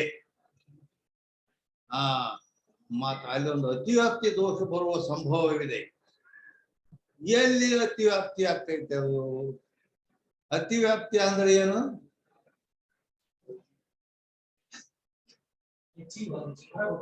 ಅಂದರೆ ಲಕ್ಷ್ಯ ದೇಶ ವರ್ತಿತ್ವೇ ಸತಿ ಅಲಕ್ಷ್ಯ ದೇಶ ವರ್ತಿತ್ವಂ ಅತಿವ್ಯಾಪ್ತಿತ್ವಂ ಯಥಾ ಶೃಂಗಿತ್ವಂ ಗೋಲಕ್ಷಣಂ ಅಂತಂದ್ರೆ ನಾವು ಮಾಡುವ ಲಕ್ಷಣವು ಲಕ್ಷ್ಯದಲ್ಲಿ ಇದ್ದುಕೊಂಡು ನಮಗೆ ಲಕ್ಷ್ಯ ಇಲ್ಲದಲ್ಲಿಯೂ ಕೂಡ ಅದು ಹೋಗುತ್ತಿದ್ದರೆ ಇರುತ್ತಿದ್ದರೆ ಅದಕ್ಕೆ ಅತಿವ್ಯಾಪ್ತಿ ಅನ್ನುತ್ತಾರೆ. ಅದಕ್ಕೆ ಉದಾಹರಣೆ ಏನು? ಶೃಂಗಿತ್ವಂ ಗೋಲಕ್ಷಣಂ. ಅದಕ್ಕ ಅವನ್ ಕೇಳ್ದ ಆಕಳಂದ್ರೆ ಹೆಂಗಿರ್ತೈತಿ ಅಂತ ಕೇಳ್ದ. ಕೋಡಿರ್ತಾವಲ್ಲ, ಕೋಡಿ ಅಂತ ಇದ್ದದ್ದ ಆಕಳ ಅಂತ ಹೇಳ್ದವ. ಕೋಡಿ ಇದ್ದದ್ದೇ ಕೊಂಬುಗಳುಳ್ಳದ್ದೇ ಆಕಳು ಅಂದ್ಕೊಳ್ಳೇನ ಅವ್ ಹೋಗುತ್ತಾನ ಒಂದು ಕೋಣ ಬತ್ತಲ್ಲಿ ಮುಂದ. ಕೋಣ ಬಂದ್ ಕೂಡ್ಲೇನ ಅದು ಕೋಡ್ ಅದಾವತ್ತೆ, ಅದು ಕೋಡ್ ಅದಾವಲ್ಲ ಅದಕ್ಕ ನಾವು ಇದ ಆಕಳ ತಿಳಿ ಕಾಲು ಬೀಳಕ್ ಶುರು ಮಾಡಿದವ. ಹೆಂಗ ಹಾಕೈತೆ? ಯಾಕಂದ್ರ ಅತಿವ್ಯಾಪ್ತಿ ಆಗಿಬಿಡ್ತದ. ಆಕಳಿಗೆ ಕೊಂಬದಾವ್ ಕರೆ, ಅದು ಎಮ್ಮೆಯಲ್ಲಿ ಕೋಣದಲ್ಲಿನು ಅತಿವ್ಯಾಪ್ತಿ ಆಯ್ತು. ಹಿಂಗ ಲಕ್ಷಣ ಇನ್ನೊಂದ್ ಕಡೆನು ಹೋಗ್ಬಿಡ್ತೈತಿ. ಹೆಂಗ ಅದಕ್ಕ ಈ ರೀತಿ ಅದಕ್ಕ ಎಲ್ಲಿ ಹಾಕತಿ ಗೊತ್ತದ? ಎಲ್ಲ ಎಲ್ಲಿ ಹಾಕತ್ತೆ? ಬೇರೆ ಏನಾದ್ರು ಹೇಳ್ತೇನೆ. ಅಂತಃಕರಣದಲ್ಲಿ ಅಥವಾ ಅಂತಃಕರಣ ವೃತ್ತಿಯಲ್ಲಿ ಇರ್ತಕ್ಕಂಥದ್ದು ಅಂದರೆ ಅಂತಃಕರಣದಲ್ಲಿ ಅಂತಃಕರಣ ವೃತ್ತಿಯಲ್ಲಿ ಕಾಮಕ್ರೋಧಾದಿಗಳಿರುತ್ತವೆ. ಕಾಮಕ್ರೋಧ ಎಲ್ಲಿರ್ತಾವ? ಬೇಡ ಸುಖ ದುಃಖ ಎಲ್ಲಿರ್ತಾವ? ಕಾಮ ಕ್ರೋಧ ಬಿಡು ಹೋಗ್ಲಿ. ಸುಖ ದುಃಖ ಅಹಂ ಸುಖಿ ಅಹಂ ದುಃಖಿ ಅಂತಾನಲ್ಲ, ಆ ಸುಖ ದುಃಖ ಎಲ್ಲಿ ಹಾಕಾವ? ಅಂತಃಕರಣದಲ್ಲಿ ಹಾಕ. ಮತ್ ಆ ಸುಖ ದುಃಖಕ್ಕೆ ಸಾಕ್ಷಿ ಆಗಿರ್ಬೇಕನ. ಅದಕ್ಕೆ ಈ ರೀತಿ ಸುಖ ದುಃಖಗಳಲ್ಲಿ ಅತಿವ್ಯಾಪ್ತಿ ಆಯ್ತು. ಅದಕ್ಕೆ ಈ ಅತಿವ್ಯಾಪ್ತಿ ದೋಷ ನಿವೃತ್ತಿ ಮಾಡ್ಬೇಕಲ್ಲ. ಅದಕ್ಕೆ ಮತ್ತೆ ಬೇರೆ ಲಕ್ಷಣ ಇರ್ಬೇಕ. ಅಂದ್ರ ಅದಕ್ಕೆ ಮುಂದೆ ಏನ್ ಮಾಡಿದಾರ ಅವರು?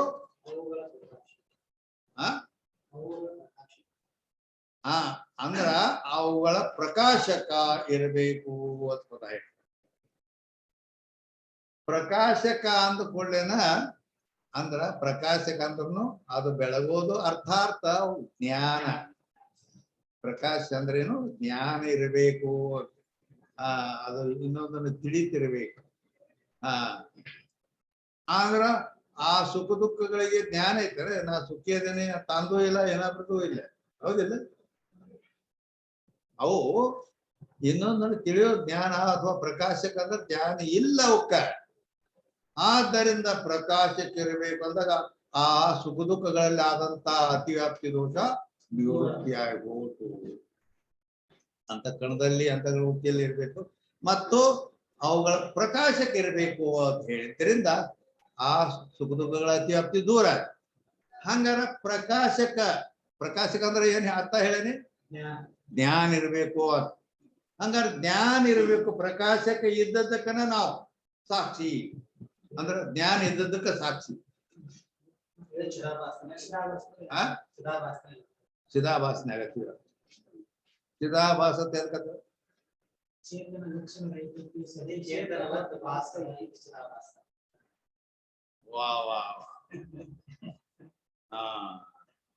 ಚಿದಾಭಾಸ ತೆಗೆದಕ್ಕಂತಾರ ಅಂದ್ರೆ ಲಕ್ಷಣ ಬರಾಬರಿ ಹೇಳ್ಯಾನ.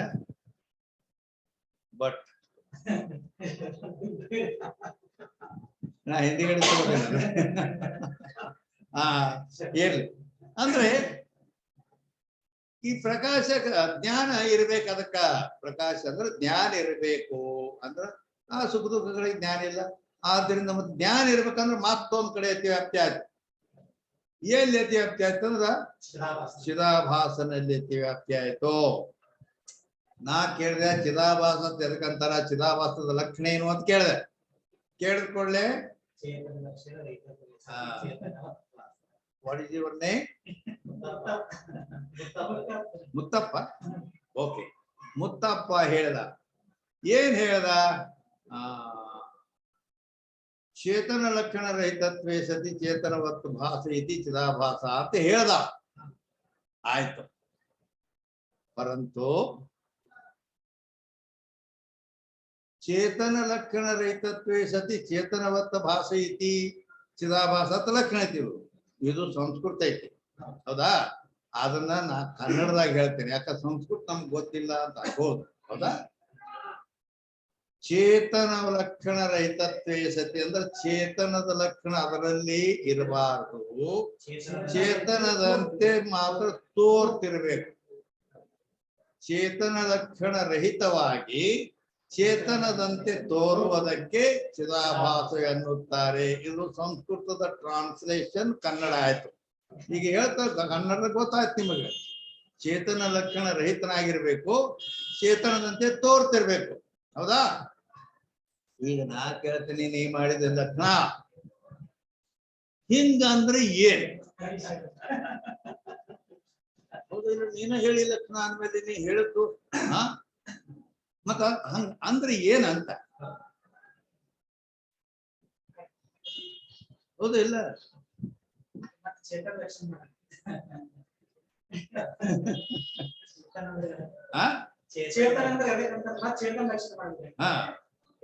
ಮಾಡೋಣ. ಏನಾದ ಯಾವುದು ಜ್ಞಾನ ಸ್ವರೂಪವಾಗಿದೆ, ಯಾವುದು ಸರ್ವ ಘಟಪಟಾದ ಸರ್ವ ಪ್ರಪಂಚವನ್ನು ಯಾವುದು ಮನ ಇಂದ್ರಿಯಗಳಿಂದ ಕರೀಲಿಕ್ಕೆ ಸಾಧ್ಯವಿಲ್ಲವೋ ಅದಕ್ಕೆ ಮಾತ್ರ ಚೇತನ ಲಕ್ಷಣ. ಅದನ್ನ ಮತ್ತೆ ಕುಂದ್ರಸಲ್ಲ, ಇಲ್ಲಿ ಹ್ಯಾಂಗ ಕುಂದ್ರ ತೋರ್ಸಲ್ಲ. ಈಗ ಚಿದಾಭಾಸದ ಜೀವ ಚೇತನದಂತೆ ಅಂದ್ರೆ ದೇಹ ಇಂದ್ರಿಯ ಇದೆಲ್ಲ ಇದಾವ.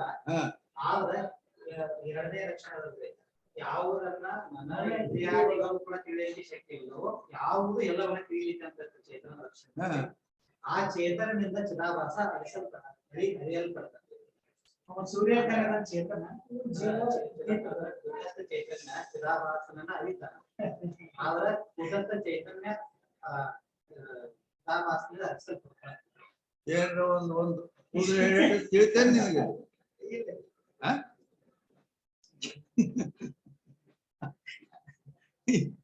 ಇದು ಇದರ ಬದರ ಯುದ್ಧ ಮಾಡ್ತಾರ ಮಹಾಭಾರತದಲ್ಲಿ, ಗೊತ್ತಿಲ್ಲ?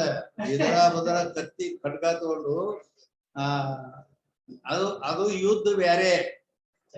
ಅದು ಎಲ್ಲಾರ್ಗೆ ಬರ್ತೈತಿ, ಎಲ್ಲಾರ್ಗೆ ಅಂದ್ರೆ ಯುದ್ಧ ಮಾಡುವವ್ರಿಗೆ ಬರ್ತೈತೆ ಅದು. ಆದ್ರ ಅವಾಗ ಅವ್ರು ಏನ್ ಮಾಡಿಬಿಟ್ರು, ಕೌರವರು ದ್ರೋಣಾಚಾರ್ಯ ಚಕ್ರವ್ಯೂಹ ಯುದ್ಧವನ್ನು ರಚನೆ ಮಾಡಿಬಿಟ್ಟ. ಯಾರಿಗೆ ಬರಂಗಿಲ್ಲ ಅದು. ಅರ್ಜುನಕ್ಕೆ ಬರ್ತಿತ್ತು, ಅವನ ಬ್ಯಾರೆ ಕಡೆ ಹೋಗ್ಬಿಟ್ಟಿತ್ತ. ಯಾರಿಗೆ ಬರುದಲ್ಲ ಚಕ್ರವ್ಯೂಹ ಯುದ್ಧ. ಚಕ್ರವ್ಯೂಹದೊಳಗೆ ಹೋಗಿ ಯುದ್ಧ ಮಾಡ್ಬೇಕ. ಹಂಗಿದು ಲಕ್ಷಣ ಮಾಡಿ ಪದಕೃತಿ ಮಾಡಿ ಅದನ್ನೇನು ಪರೀಕ್ಷೆ ಮಾಡ್ತೈತಲ್ಲ, ಇದು ಚಕ್ರವ್ಯೂಹ ಯುದ್ಧ ಇದ್ದಂಗೆ. ಇದು ಎಲ್ಲರಿಗೆ ಬರೋ ಮಾತು ಅಲ್ಲದು. ಅರ್ಥಾರ್ಥ ಇಲ್ಲಿ ಏನಂದ್ರೆ ಅದಕ್ಕ ಉತ್ತರ ಇಷ್ಟೇ ಐತಿ. ಚೇತನ ಲಕ್ಷಣ ರಹಿತನಾಗಿರ್ಬೇಕು, ಚೇತನದಂತೆ ತೋರ್ತಿರ್ಬೇಕು, ಅದಕ್ಕೆ ಚಿದಾಭಾಸ ಅನ್ನಬೇಕು ಕನ್ನಡದಾಗಿದು, ಹೌದಾ? ಅಂದರೆ ಚೇತನ ಲಕ್ಷಣ ರಹಿತ, ಚೇತನ ಲಕ್ಷಣ ರಹಿತ ಇರಬೇಕು, ಚೇತನದಂತೆ ತೋರ್ತಿರ್ಬೇಕು. ಚೇತನ ಲಕ್ಷಣ ರಹಿತ ಅಂದ್ರೆ ಏನು? ಚೇತನದಂತೆ ತೋರ್ತಿರ್ಬೇಕಂದ್ರೆ ಏನು? ಹಿಂಗೆ ಕೇಳಿದಾಗ ದಿಗಲ್ ಹಿಡಿದ್ಬಿಡ್ತೈತೆ ನಾವು. ಏನ್ ಇರ್ಬೇಕಾಗ ಅರ್ಥ ಆಗ್ತದೆ ಅಂದರೆ ಚೇತನ ಲಕ್ಷಣ ರಹಿತ ಅಂದರೆ ಆ ಚೇತನದ ಲಕ್ಷಣ ಇದರಲ್ಲಿ ಇಲ್ಲ. ಏನಿಲ್ಲ? ಎಲ್ಲಿ? ಚಿದಾಭಾಸನಲ್ಲಿ ಇಲ್ಲ. ಏನಿಲ್ಲ ಅಂದರೆ ಅದು ಯಾವುದರಿಂದಲೂ ತಿಳಿಸಿಕೊಳ್ಳುವುದಿಲ್ಲ ಅನ್ನೋದು ಮಾತ್ರ ಇದರಲ್ಲಿ ಇಲ್ಲ. ಇದು ಯಾಕಿಲ್ಲ ಅಂದ್ರೆ ಇದು ಆ ಸಾಕ್ಷಿಯಿಂದ ತಿಳಿಸಿಕೊಳ್ಳುತ್ತದೆ. ಆದ್ದರಿಂದ ಚೇತನ ಲಕ್ಷಣ ರಹಿತ ಸತಿ ಅಂತ ಹೇಳಿದ್ದಾರೆ. ಇನ್ನು ಮುಂದೆ ಚೇತನವತ್ತು ಭಾಸೈತಿ ಅಂತ ಚೇತನದಂತೆ ತೋರ್ತಿರಬೇಕು ಅಂದ್ರೆ ಏನು ಅಂದ್ರ ಚೇತನದಂತೆ ತೋರೋದು ಅಂದ್ರ ಆ ಚೇತನ ಹೆಂಗ ತಾನು ಜ್ಞಾನ ಸ್ವರೂಪ ಅಂದಿದ್ದು ಘಟಪಟಾದಿಗಳನ್ನು ತಿಳಿಯುತ್ತದೆಯೋ ಆ ಸಾಕ್ಷಿ ಘಟಪಟಾದಿನೇ ಹೆಂಗ ತಿಳಿಯು ಚೇತನ ಅದರಂತೆ ಚಿದಾಭಾಸನು ಘಟಪಟಾದಿಗಳನ್ನು ತಿಳಿಯುತ್ತಾನೆ. ಅದರಿಂದ ಚೇತನದಂತೆ ತೋರೋದು ಅಂದ್ರೆ ಈ ಅರ್ಥ ಐತೆ. ತಿಳಿತಾ? ಬರೇ ಯಾಕಂದ್ರೆ ಶಾಸ್ತ್ರ ಹಿಂಗ ಹೇಳೋದ ನೀವು ಹಿಂಗ ಹೇಳಿದ್ರೆ ಮುಂದೆ ನಾವು ಏನ್ ಮಾಡ್ಬೇಕಂದ್ರೆ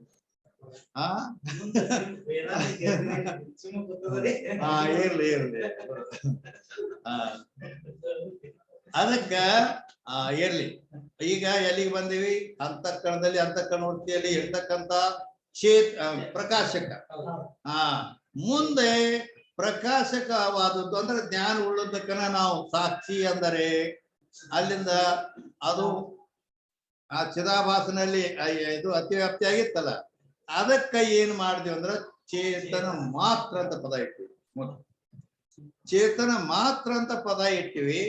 ಚೇತನ ಮಾತ್ರ ಅಂತ ಪದ ಇಟ್ಟಾಗ ಚಿದಾಭಾಸನಲ್ಲಿ ಆಗತಕ್ಕಂಥ ಅತಿವ್ಯಾಪ್ತಿ ದೂರ ಆಗಿಬಿಡ್ತು. ಇದನ್ನ ಏನ್ರ ಹೇಳ್ತೀರೇನ? ಅದಕ್ಕ ಚಕ್ರ ವ್ಯೂಹ ಇದ್ದಿರು ಶಾಸ್ತ್ರ ಹೇಳವ್ ಇಲ್ಲಿ ದಿಕ್ಕ ತಪ್ಪತಿ. ಉಳ್ದವ್ರಿಗೆ ನಾವ್ ಹೆಂಗ ಹಾಕತ್ತೀವ ಅದು ದೇವ್ರಿಗೆ ಗೊತ್ತ. ಶಾಸ್ತ್ರ ಹೇಳವ್ ಇದ ವಿಚಾರ ಸಾಗರ್ ಹೇಳವಂಗೂ ದಿಕ್ಕ ತಪ್ಪತೈತಿ. ಹೆಂಗೈತ ಅರ್ಥಾರ್ಥ ಚೇತನ ಮಾತ್ರ ಅಂತ ಪದ ಯಾಕೆ ಇಟ್ರು? ಇಟ್ಟಾಗ ಅಲ್ಲಿ ಚಿದಾಭಾಸ ಹೆಂಗ ವ್ಯಾವೃತ್ತಿ ಆಗ್ತಾನ ಅಂತ ಕೇಳಿದ್ರೆ ಚಿದಾಭಾಸ ಏನದನಲ್ಲ ಚಿದಾಭಾಸ ಅವ ಅಂತಃಕರಣ ಸಹಿತನಾಗಿದ್ದಾನೆ. ಕನ್ನಡಿ ಪ್ರತಿಬಿಂಬ ಅನ್ನೋದು ಏನೈತಲ್ಲ ಅವ ಪ್ರತಿಬಿಂಬ. ಚಿದಾಭಾಸ ಅಂದ್ರೇನು? ಪ್ರತಿಬಿಂಬ. ಅದಕ್ಕೆ ಇನ್ನೊಂದು ಲಕ್ಷಣನೂ ಐತಿ, ಅಂತಃಕರಣ ಪ್ರತಿಫಲಿತ ಚೈತನ್ಯಂ ಚಿದಾಭಾಸ. ಅಂತಃಕರಣದಲ್ಲಿ ಆ ಆತ್ಮನ ಪ್ರತಿಬಿಂಬ ಏನ್ ಬಿದ್ದದ ಅದು ಪ್ರತಿಬಿಂಬಕ್ಕೆ ಚಿದಾಭಾಸ ಅಂದಾರ. ಅಂದ್ರೆ ಈ ರೀತಿ ಪ್ರತಿಬಿಂಬ ಕನ್ನಡಿಯೊಳಗ ಪ್ರತಿಬಿಂಬ ಬೀಳ್ತೈತಿಲ್ಲೋ ಆ ಪ್ರತಿಬಿಂಬ ಕನ್ನಡಿಯನ್ನ ಬಿಟ್ಟು ಇರ್ತೈತಿ ಅನ್ನೋದು. ಕನ್ನಡಿ ಬಿಟ್ಟು ತೋರ್ಲಿ ಇಲ್ಲ. ಹಂಗ ಚಿದಾಭಾಸ ಅಂತಃಕರಣ ಬಿಟ್ಟು ಸಿದ್ಧ ಆಗುವುದಿಲ್ಲ. ಆದ್ದರಿಂದ ಇಲ್ಲಿ ಚೇತನ ಮಾತ್ರ ಅನ್ನೋ ಪದ ಏನ್ ಮಾಡ್ತೈತಿಲ್ಲ ಹಂಗ ಇದು ಕನ್ನಡಿ ಮೊದಲಾದ ಯಾವ ಉಪಾಧಿನೂ ಅಲ್ಲಿ ಕೂಡಿರ್ಬಾರ್ದು. ಮಾತ್ರ ಅನ್ನೋ ಪದ ಕೇವಲ ಚೇತನ ಇರಬೇಕು ಅಂದಾಗ ಇದು ಆ ಉಪಾಧಿ ಅಂತಃಕರಣ ಉಪಾಧಿಯನ್ನು ಕೂಡ್ಕೊಂಡೈತಿಲ್ಲ ಪ್ರತಿಬಿಂಬ ರೂಪ ಐತಿ. ಆದ್ದರಿಂದ ಅತಿವ್ಯಾಪ್ತಿ ದೂರ ಆತು ಯಾವಾಗ ಚೇತನ ಮಾತ್ರ ಪದ ಇಟ್ಟಾಗ. ಹಾಗಾದರೆ ಇಲ್ಲಿ ಚೇತನ ಮಾತ್ರ ಅಂತ ಏನೈತಿ ಹಂಗಾರೆ ಚೇತನ ಮಾತ್ರಕ್ಕನ ಸಾಕ್ಷಿಯನ್ರಿ ಅಂತಂದ್ರೆ ಬ್ರಹ್ಮಚೇತನವು ಚೇತನ ಮಾತ್ರ ಇದೆ.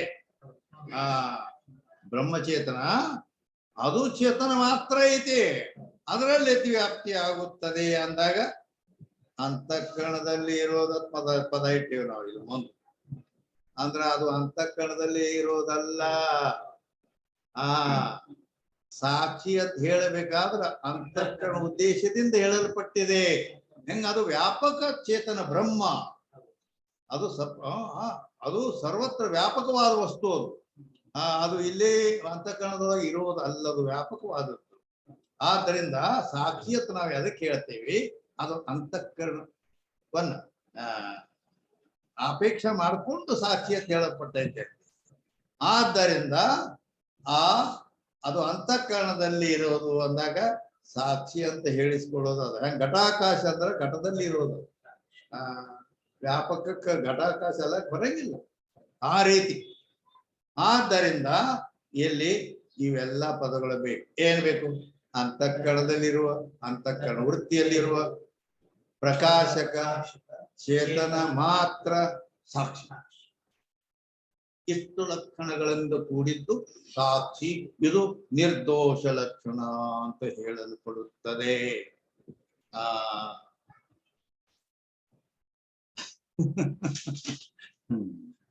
इरली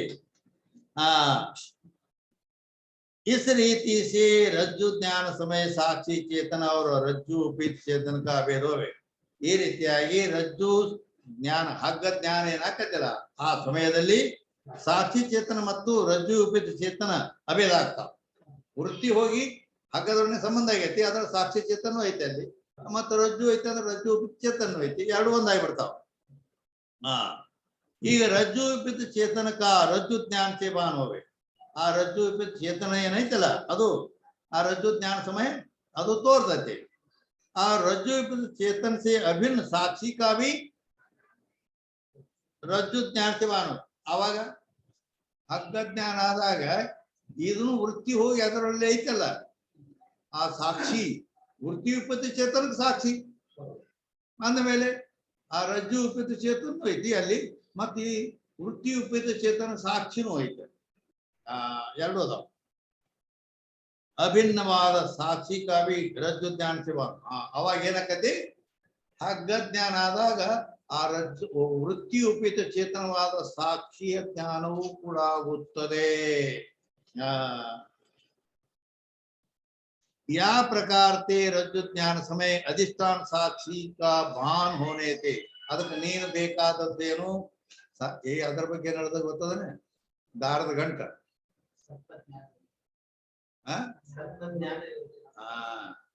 ಸರ್ಪ ಜ್ಞಾನ ನಿವೃತ್ತಿ ಆಗುವುದಿಲ್ಲ ಅಂತ ಶಂಕ ಮಾಡಿತಾವ. ಸರ್ಪ ನಿವೃತ್ತಿ ಆಗ್ಬಹುದು ಕಡೆ ಸರ್ಪ ಜ್ಞಾನ ನಿವೃತ್ತಿ ಯಾಕಂದ್ರ ಸರ್ಪ ಜ್ಞಾನಕ್ಕ ಅಧಿಷ್ಠಾನ ಸಾಕ್ಷಿ ಚೇತನ ಐತಿ. ಆದ್ದರಿಂದ ಎಲ್ಲಿವರೆಗೆ ಸಾಕ್ಷಿ ಜ್ಞಾನ ಆಗುವುದು ಅಲ್ಲಿ ತನಕ ಅಧಿಷ್ಠಾನ ಜ್ಞಾನದಿಂದಲೇ ಅಧ್ಯಾಸದ ನಿವೃತ್ತಿ ಕಾಯ್ದೆ ಇದೆ. ಆದ್ದರಿಂದ ಆ ಸರ್ಪ ನಿವೃತ್ತಿ ಆಗಬಹುದು, ಆದ್ರೆ ಸರ್ಪ ಜ್ಞಾನ ನಿವೃತ್ತಿ ಆಗುವುದಿಲ್ಲ ಅಂತ ಶಂಕ ಮಾಡಿದ್ದ ಅವ ಶಿಷ್ಯ ಕಮ್ಮಿಲ್ಲ ಹಿಂಗ ಆಯ್ತು. ಅದಕ್ಕೆ ಈ ಉತ್ತರ ಹೇಳಿದರು.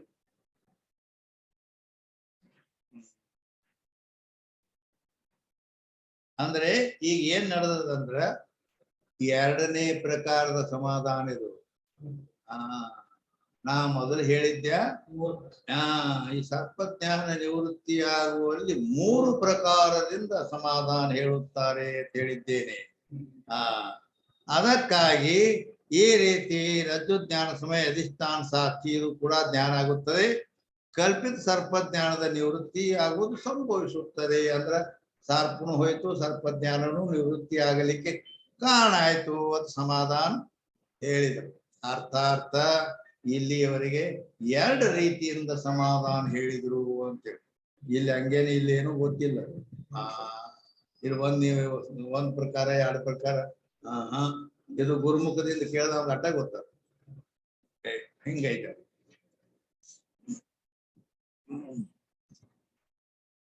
ಈಗ 141ನೇ ಅಂಕದಲ್ಲಿ ಸಾಕ್ಷಿಯ ಜ್ಞಾನವಾಗಲಾರದೆ ಸರ್ಪಜ್ಞಾನದ ನಿವೃತ್ತಿ ಆಗುವುದಿಲ್ಲ ಅಂತೇನ್ ಶಂಕ ಮಾಡಿದ್ದಲ್ಲ, ಅದಕ್ಕೆ ಉತ್ತರ ಹೇಳಿದ್ರ ಅವರು.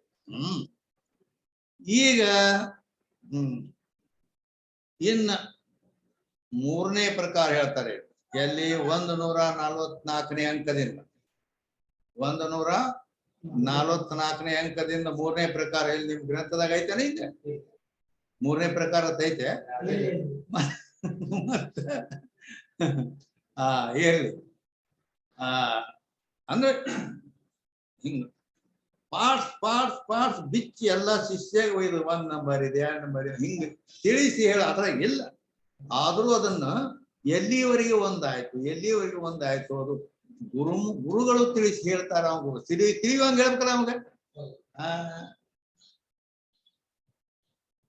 ಅದಕ್ಕ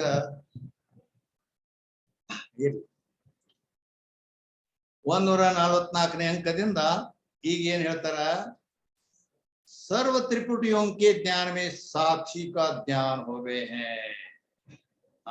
ಆ ಸಾಕ್ಷಿ ಜ್ಞಾನದ ಬಗ್ಗೆ ಐತಲ್ಲ ಈಗ 3ನೇ ಪ್ರಕಾರ ಇದು.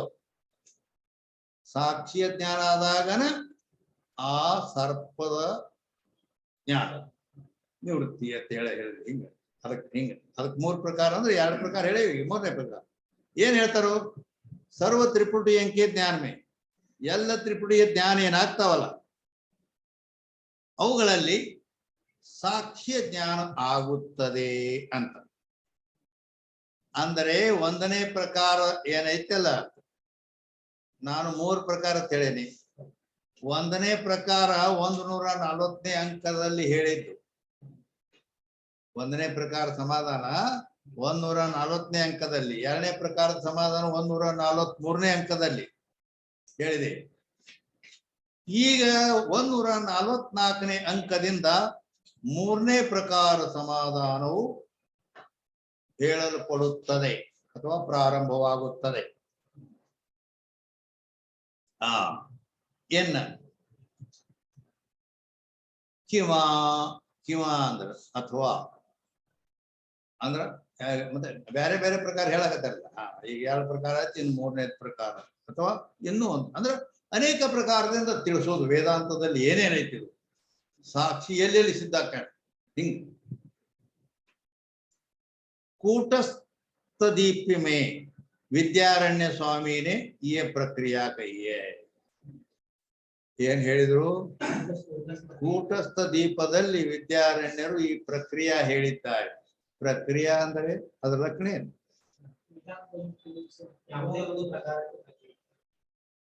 ಪ್ರಕ್ರಿಯೆ ಅಂತಾರಲ್ಲ, ಪ್ರಕ್ರಿಯೆ ಅಂದ್ರೆ ಅದರ ಲಕ್ಷಣ अद्वैत बोध करने का कोई भी प्रकार सो प्रक्रिया कहिए हैं.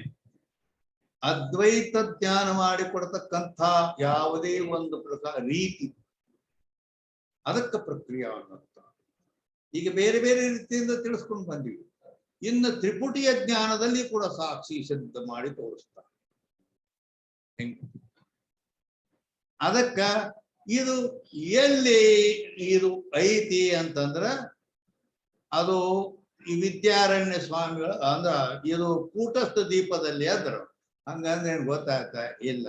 ಅಂದರೆ ವಿದ್ಯಾರಣ್ಯರು ಪಂಚದಶಿ ಅನ್ನೋ ಗ್ರಂಥ ಬರ್ದಾರ. ಅವರು ಪಂಚದಶಿ ಗ್ರಂಥದಲ್ಲಿ ಪಂಚದಶಿ ಅಂದ್ರೆ ಸಂಸ್ಕೃತ ನೋಡಿ ಹೆಂಗೈತಿ. ಪಂಚದಶಿ ಅಂದ್ರ 15.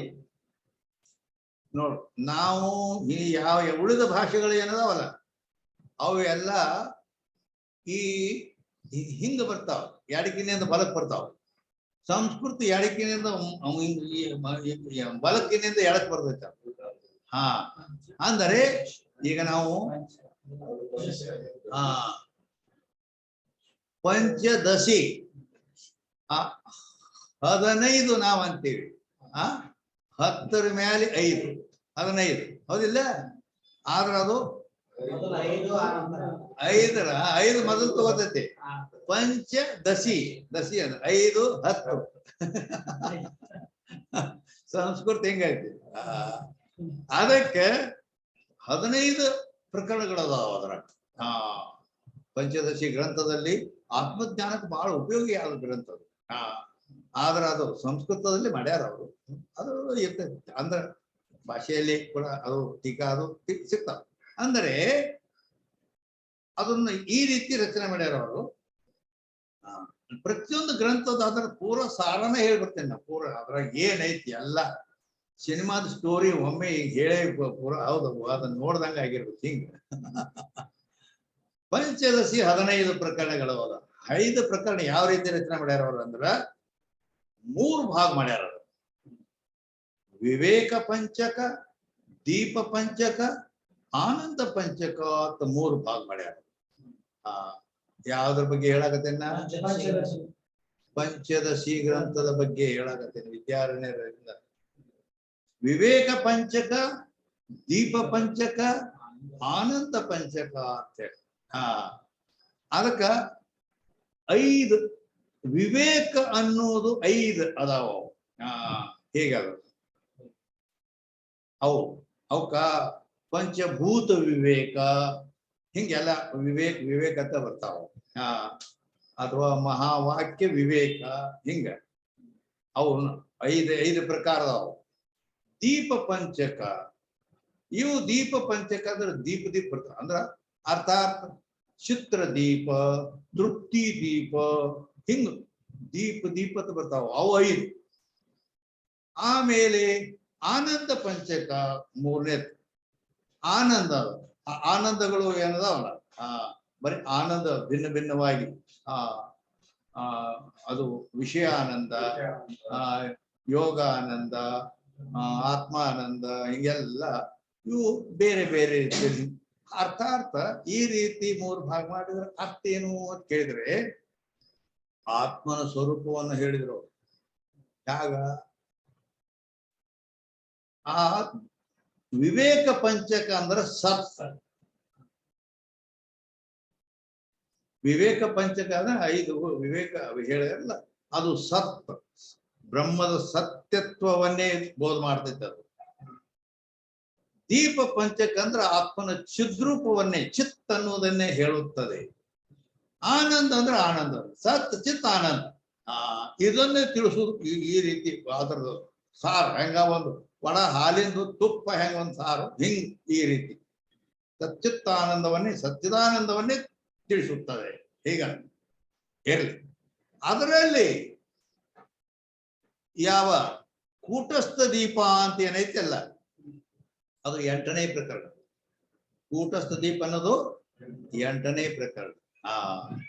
ಅಂದ್ರ ವಿವೇಕ ಪಂಚಕದ್ದು 5, ಮುಂದ ಆ ದೀಪ ಪಂಚಕದಲ್ಲಿ ಇವು 3ನೇದ್ದು. ಅಂದ್ರೆ 8ನೇ ಪ್ರಕರಣ ಅಂತ. ಕೂಟಸ್ಥ ದೀಪದ 8ನೇ ಪ್ರಕರಣದಲ್ಲಿ ಈ ವಿಷಯ ಬಂದದ್ದು. ಯಾವುದು ಇಲ್ಲಿ ನಮಗೆ ಬೇಕಾದದ್ದು ತ್ರಿಪುಟಿಗಳ ಜ್ಞಾನ ಅಂತ ಬಂದದ. ಅದು ಇರ್ಲಿ. ಕೂಟಸ್ಥ दीप विद्यारण्य स्वामी ने यह प्रक्रिया कही है। आभास सहित अंतःकरण की वृत्ति इंद्रिय द्वारा निकच के घटाधिक विषय को प्रकाश है। ಏನ್ ಹೇಳ್ತಾರೆ ಅಂದ್ರ ಆಭಾಸ ಸಹಿತ ಅಂತಃಕರಣ ವೃತ್ತಿ ಅಂದ್ರೆ ಚಿದಾಭಾಸ ಸಹಿತವಾದ ಅಂತಃಕರಣ ವೃತ್ತಿ ಇಂದ್ರಿಯ ದ್ವಾರ ನಿಕಚಕೆ, ನೇತ್ರಾದಿ ಇಂದ್ರಿಯ ದ್ವಾರ ನಿಕಚಕೆ ಘಟಾದಿ ವಿಷಯಕ್ಕೂ ಪ್ರಕಾಶ ಹೋಗಿ ಘಟದೊಡನೆ ಸಂಬಂಧವಾಗಿ ಘಟದ ಜ್ಞಾನ ಮಾಡ್ಕೋತೈತೆ. ಅದು ಹೌದಿಲ್ಲೋ, ಘಟವನ್ನು ತಿಳಿಸುತ್ತದೆ. ಅಂದ್ರೆ ಪ್ರಕಾಶೆ ಘಟ ವಿಷಯಕ್ಕೂ ಪ್ರಕಾಶ ಅಂದ್ರೆ ಅದನ್ನು ಅದರ ಜ್ಞಾನ ಆಗುತ್ತದೆ. ಪ್ರಕಾಶ ಜ್ಞಾನ, ಯಾಕಂದ್ರ ಅರ್ಥ ಪ್ರಕಾಶನಂ ಜ್ಞಾನಂ ಹಿಂಗ ಲಕ್ಷಣ ಐತದ. ಅಂದ್ರ ಈ ರೀತಿ ಆಭಾಸ ಸಹಿತ ಅಂತಃಕರಣ ವೃತ್ತಿ ನೇತ್ರ ದ್ವಾರ ಹೋಗಿ ಘಟ ಪರ್ಯಂತ ಹೋಗಿ ಅದಕ್ಕೆ ಸಂಬಂಧವಾಗಿ ಇದು ಅಯಂ ಘಟ ಅಂತ ಜ್ಞಾನ ಆಗುತ್ತೆ. ಇನ್ನ 2ನೇ ನಂಬರ್ घटादि विषय और तैसे आभास सहित वृत्ति रूप तिनका ज्ञान तथा आभास सहित अंतःकरण रूप ज्ञाता, इन तीनों को साक्षी प्रकाशे है. ಏನಾಯ್ತು ಅಂದರೆ ಇಲ್ಲಿ ತ್ರಿಪುಟಿ ಹೇಳ್ತಾರೆ ನೋಡವರು. ಘಟಾದಿ ವಿಷಯ ಒಂದು, ಆಭಾಸ ಸಹಿತ ವೃತ್ತಿ ರೂಪ ಜ್ಞಾನ ಇದು 2, ಮತ್ತು ಆಭಾಸ ಸಹಿತ ಅಂತಃಕರಣ ರೂಪ ಜ್ಞಾತ ಇದು 3. ಇನ್ ತೀನೋ ಕೋ ಸಾಕ್ಷಿ ಪ್ರಕಾಶ ಹೇ, ಈ 3ನ್ನು ಆ ಸಾಕ್ಷಿ ಬೆಳಗುತ್ತಾನೆ, ಪ್ರಕಾಶ ಮಾಡುತ್ತಾನೆ. ಅಂದ್ರೆ ತ್ರಿಪುಟಿ ಅದನ್ನೇ ಮತ್ತ ಸ್ಪಷ್ಟೀಕರಣ ಮಾಡ್ತಾರೆ. ಅಂದರೆ ಸಾಕ್ಷಿ ಪ್ರಕಾಶ ಅಂದ್ರ ಇಲ್ಲಿ ನೋಡಿ, ಅದು ಅದರಲ್ಲಿ ಮತ್ತು ವಿಂಗಡಣೆ ಮಾಡ್ಬೇಕಂದ್ರ ಘಟ ಅಂತ ಹೇಳಿದ್ರಲ್ಲ, ಘಟ ಘಟ ಅಂದ್ರೆ ಕಂಬುಗ್ರೀವಾನ್ ಘಟ ಅಂದ್ರೆ ಇದು ಘಟದ ಸ್ವರೂಪ. ಇದು ಕಂಬುಗ್ರೀವಾನ್ ಘಟ, ದೊಡ್ಡ ಹೊಟ್ಟೆ, ಕುಟ್ಟಿದ ಕುತ್ತಿಗೆ ಸಣ್ಣದು, ಹಿಂಗೇನಿದ್ದದ್ದು ಘಟದ ಸ್ವರೂಪ ಅದು. ಆಮೇಲೆ ಅಯಂ ಘಟ, ಅಯಂ ಘಟ ಅಂದ್ರೆ ಇದು ಘಟ ಅಂತೇಳಿ, ಅಂದ್ರೆ ಇದು ಘಟದ ಜ್ಞಾನದ ಸ್ವರೂಪ, ಘಟದ ಜ್ಞಾನ ಸ್ವರೂಪ. ಅಯಂ ಘಟಂ ಜಾನಾಮಿ, ಇದು ಜ್ಞಾನದ ಜ್ಞಾನ ಸ್ವರೂಪ. ಹಿಂಗ ಅದಕ್ಕೆ ಅಣು ವ್ಯವಸಾಯ ಜ್ಞಾನ ಅಂತಾರೆ. ಹೇಳಿ ಈ ರೀತಿ ಇಲ್ಲಿ ಏನೈತಿ ಆ ಮೂರನ್ನ ಇಲ್ಲಿ ಮುಂದೆ ಇದು ಮಾಡ್ತಾರೆ. ये घट है इस रीति से आवाज सहित वृत्ति से घट मात्र प्रकाश होवे.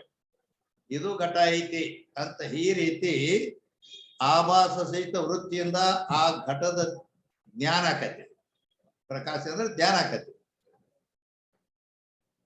ಮೈ ಘಟಕು ಜಾನು ಹೂ इस रीति से ಅಂದಾಗ ಮೈ ಘಟಕು ಜಾನು ಹೂ, ನಾನು ಘಟವನ್ನು ತಿಳಿಯುತ್ತೇನೆ.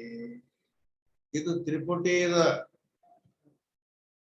ನಾನು ಘಟವನ್ನು ತಿಳಿಯುತ್ತೇನೆ ಅಂದ ಮಾತು ಇಲ್ಲಿ ತ್ರಿಪುಟಿ ಐತಿ. ನಾನು ಘಟವನ್ನು ತಿಳಿಯುತ್ತೇನೆ ಹಿಂಗ. ಈಗ ಅದ ತ್ರಿಪುಟಿ ಇಲ್ಲಿ ಸಿದ್ಧ ಆಗ್ತಾವ. ನಾನು ಮೈ ಘಟಕು ಜಾನು ಈ ರೀತಿ. ಈಗ ಅದನ್ನ ಬ್ಯಾರೆ ಬೇರೆ ಮಾಡಿ ಹೇಳ್ತಾರೆ. ಮೈ ಶಬ್ದಕ್ಕ ನಾನು ಅಂದ್ರೆ ಮೈ ಅಂತ ಇಲ್ಲ. ನಾನು ಅಂದ್ರೆ ಏನಪ್ಪಾ? ಜ್ಞಾತ. ಜ್ಞಾತ ಅಂದ್ರೆ ತಿಳಿಯಾವ.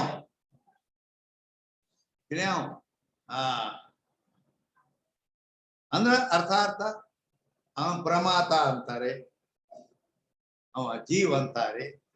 ಒಂದೇ. ಜ್ಞಾತ ಅಂದ್ರು ಪ್ರಮಾತ ಅಂದ್ರು ಜೀವ್ ಅಂದ್ರು ಒಂದೇ. ಜ್ಞೇಯ ಘಟ ಹೈ.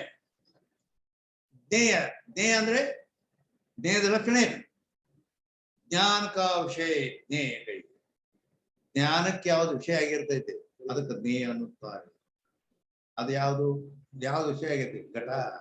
ಅದು ಘಟ ಜ್ಞೇಯ. ಇನ್ನ ತಾಕಾ ಜ್ಞಾನ.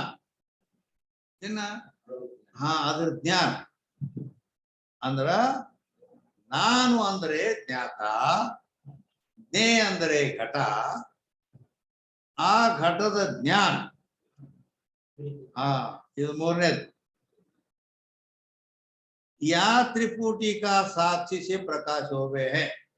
ಈ ಮೂರು ತ್ರಿಪುಟಿ ಅಂದ್ರ ಮೂರು ಪುಟಗಳಿಂದ ಕೂಡಿದ್ದು. ಮೂರು ಪುಟಗಳಿಂದ ಕೂಡಿದ್ದಕ್ಕನ ತ್ರಿಪುಟಿ ಅನ್ನುತ್ತಾರೆ. ಮೂರು ಪುಟಗಳು ಯಾವುವು? ನಾನು ಘಟವನ್ನು ತಿಳಿಯುವುದು.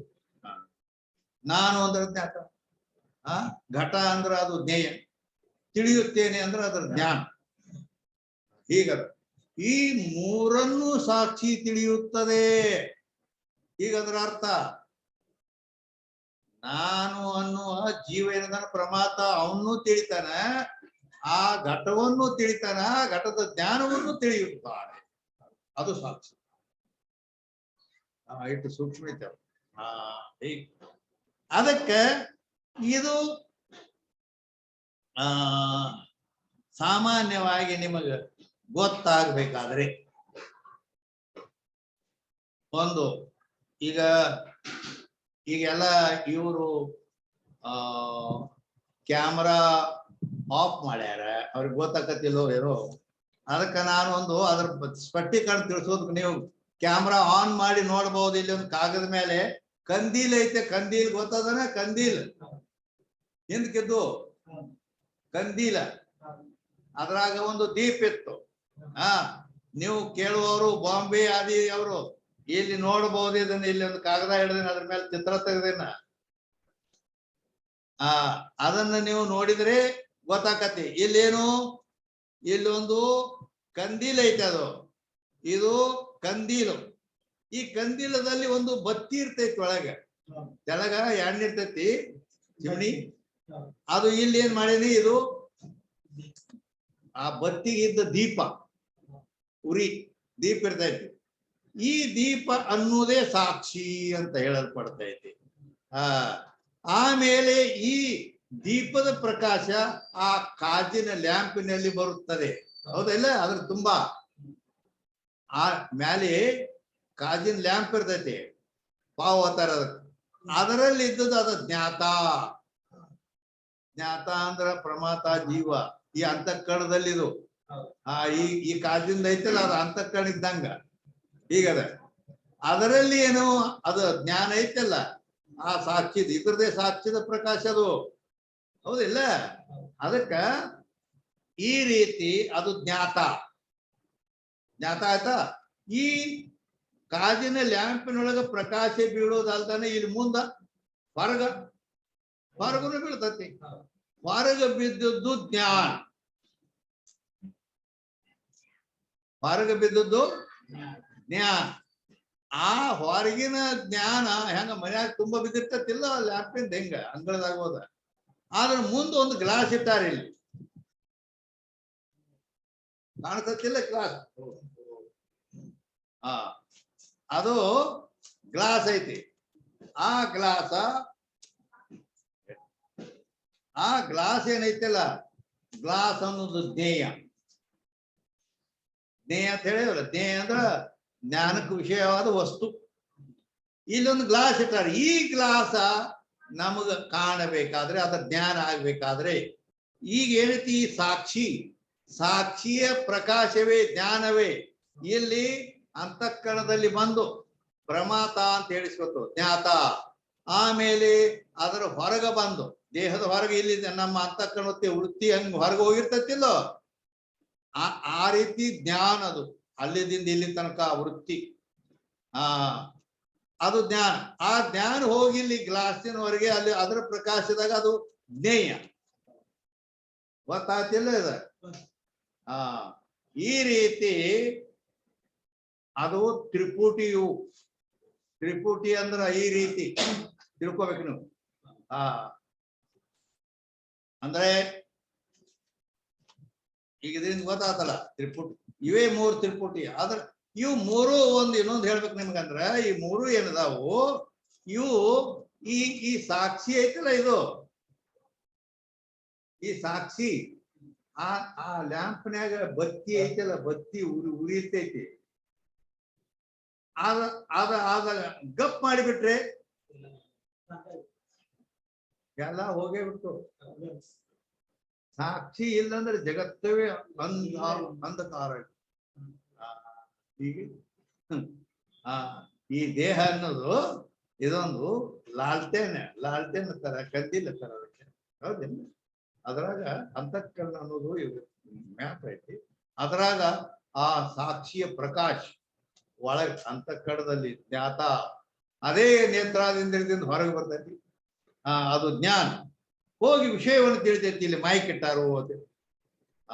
ಹಿಂಗ ಈ ತ್ರಿಪುಟಿಗಳು ಹಿಂಗ ಇದಕ್ಕೆ ತ್ರಿಪುಟಿ ಅಂತ ಈ ರೀತಿ ತಿಳ್ಕೋಬೇಕು. ಇದ್ರ ಕೆಲಸ ಮುಗಿತಿ.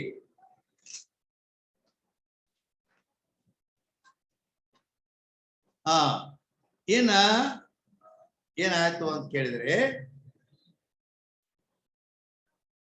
ಅದಕ್ಕೆ 3 ಈಗ ಹೇಳ್ಕೊಂಡ್ ಬಂದಿರಿ. ಯಾ ತ್ರಿಪುಟಿಕ ಸಾಕ್ಷಿ ಪ್ರಕಾಶ. ಈ ತ್ರಿಪುಟಿ ಏನದಲ್ಲ, ಈ 3 ಸಾಕ್ಷಿ ಪ್ರಕಾಶ ಮಾಡುತ್ತಾನೆ. ಹೌದಿಲ್ಲ? ಅದ ಮತ್ತ ಸಾಕ್ಷಿದರ್ ಗಪ್ ಇಲ್ಲ ಅಂದ್ರೆ ಎಲ್ಲ ಇಲ್ಲ ಗಪ್ಪ. ಹೆಂಗ ಸೂರ್ಯ ಇಲ್ಲ ಅಂದ್ರೆ ಜಗತ್ತೆಲ್ಲ ಕತ್ಲಿನ. ಹಿಂಗ ಆ ರೀತಿ ಸಾಕ್ಷಿ ಅದ.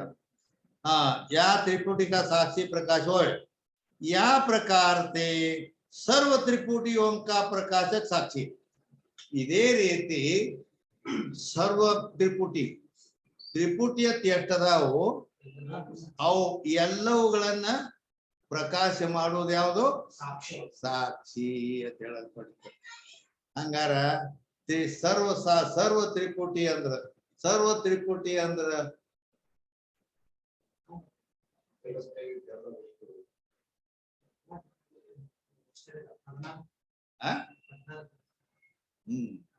ಅಂದರೆ ಜಾಗೃತದಲ್ಲಿ 14 ತ್ರಿಪುಟಿಗಳು ಇರುತ್ತವೆ.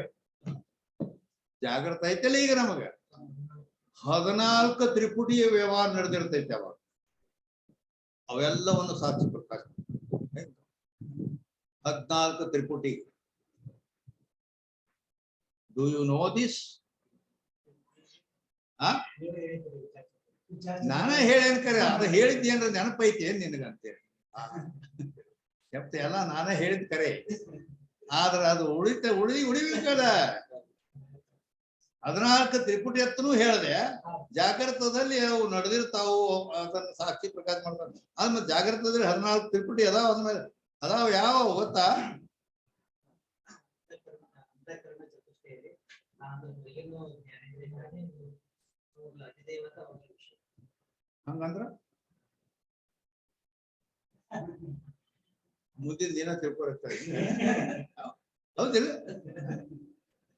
ಹಿಂಗಂದ್ರೆ ಏನು ಏನಾದ್ರು ತಿಳಿಸದಂಗ ಬಿಟ್ಟಂಗ ಮುಂದಿನ ಅದಕ್ಕ ಹೇಳಿ ನೀವು ಶಾಸ್ತ್ರ ಹೇಳೋ ಹಿಂಗ್ ಹೇಳ್ಕೊಂಡ್ರೆ ಮುಂದೆ ಹೆಂಗ್ ಮಾಡವ ನಾವು? ಹೌದಿಲ್ಲ? ಮತ್ತೆ ನೀ ಹೇಳೋದೇನೋ ಅಂತ ಅದನ್ನ ಸರಿಯಾಗಿ ಸ್ಪಷ್ಟೀಕರಣ ಮಾಡಿ ತಿಳಿಸೋದಕ್ಕೆ ಇಲ್ಲ ಅಂದ್ರ ಮತ್ತೆ ಏನ್ ತಿಳಿಯೋದು? ಮುಖ್ಯ ತಿಳಿಯೋದು ಗುರುವಿನ ಕೆಲಸ ಏನ?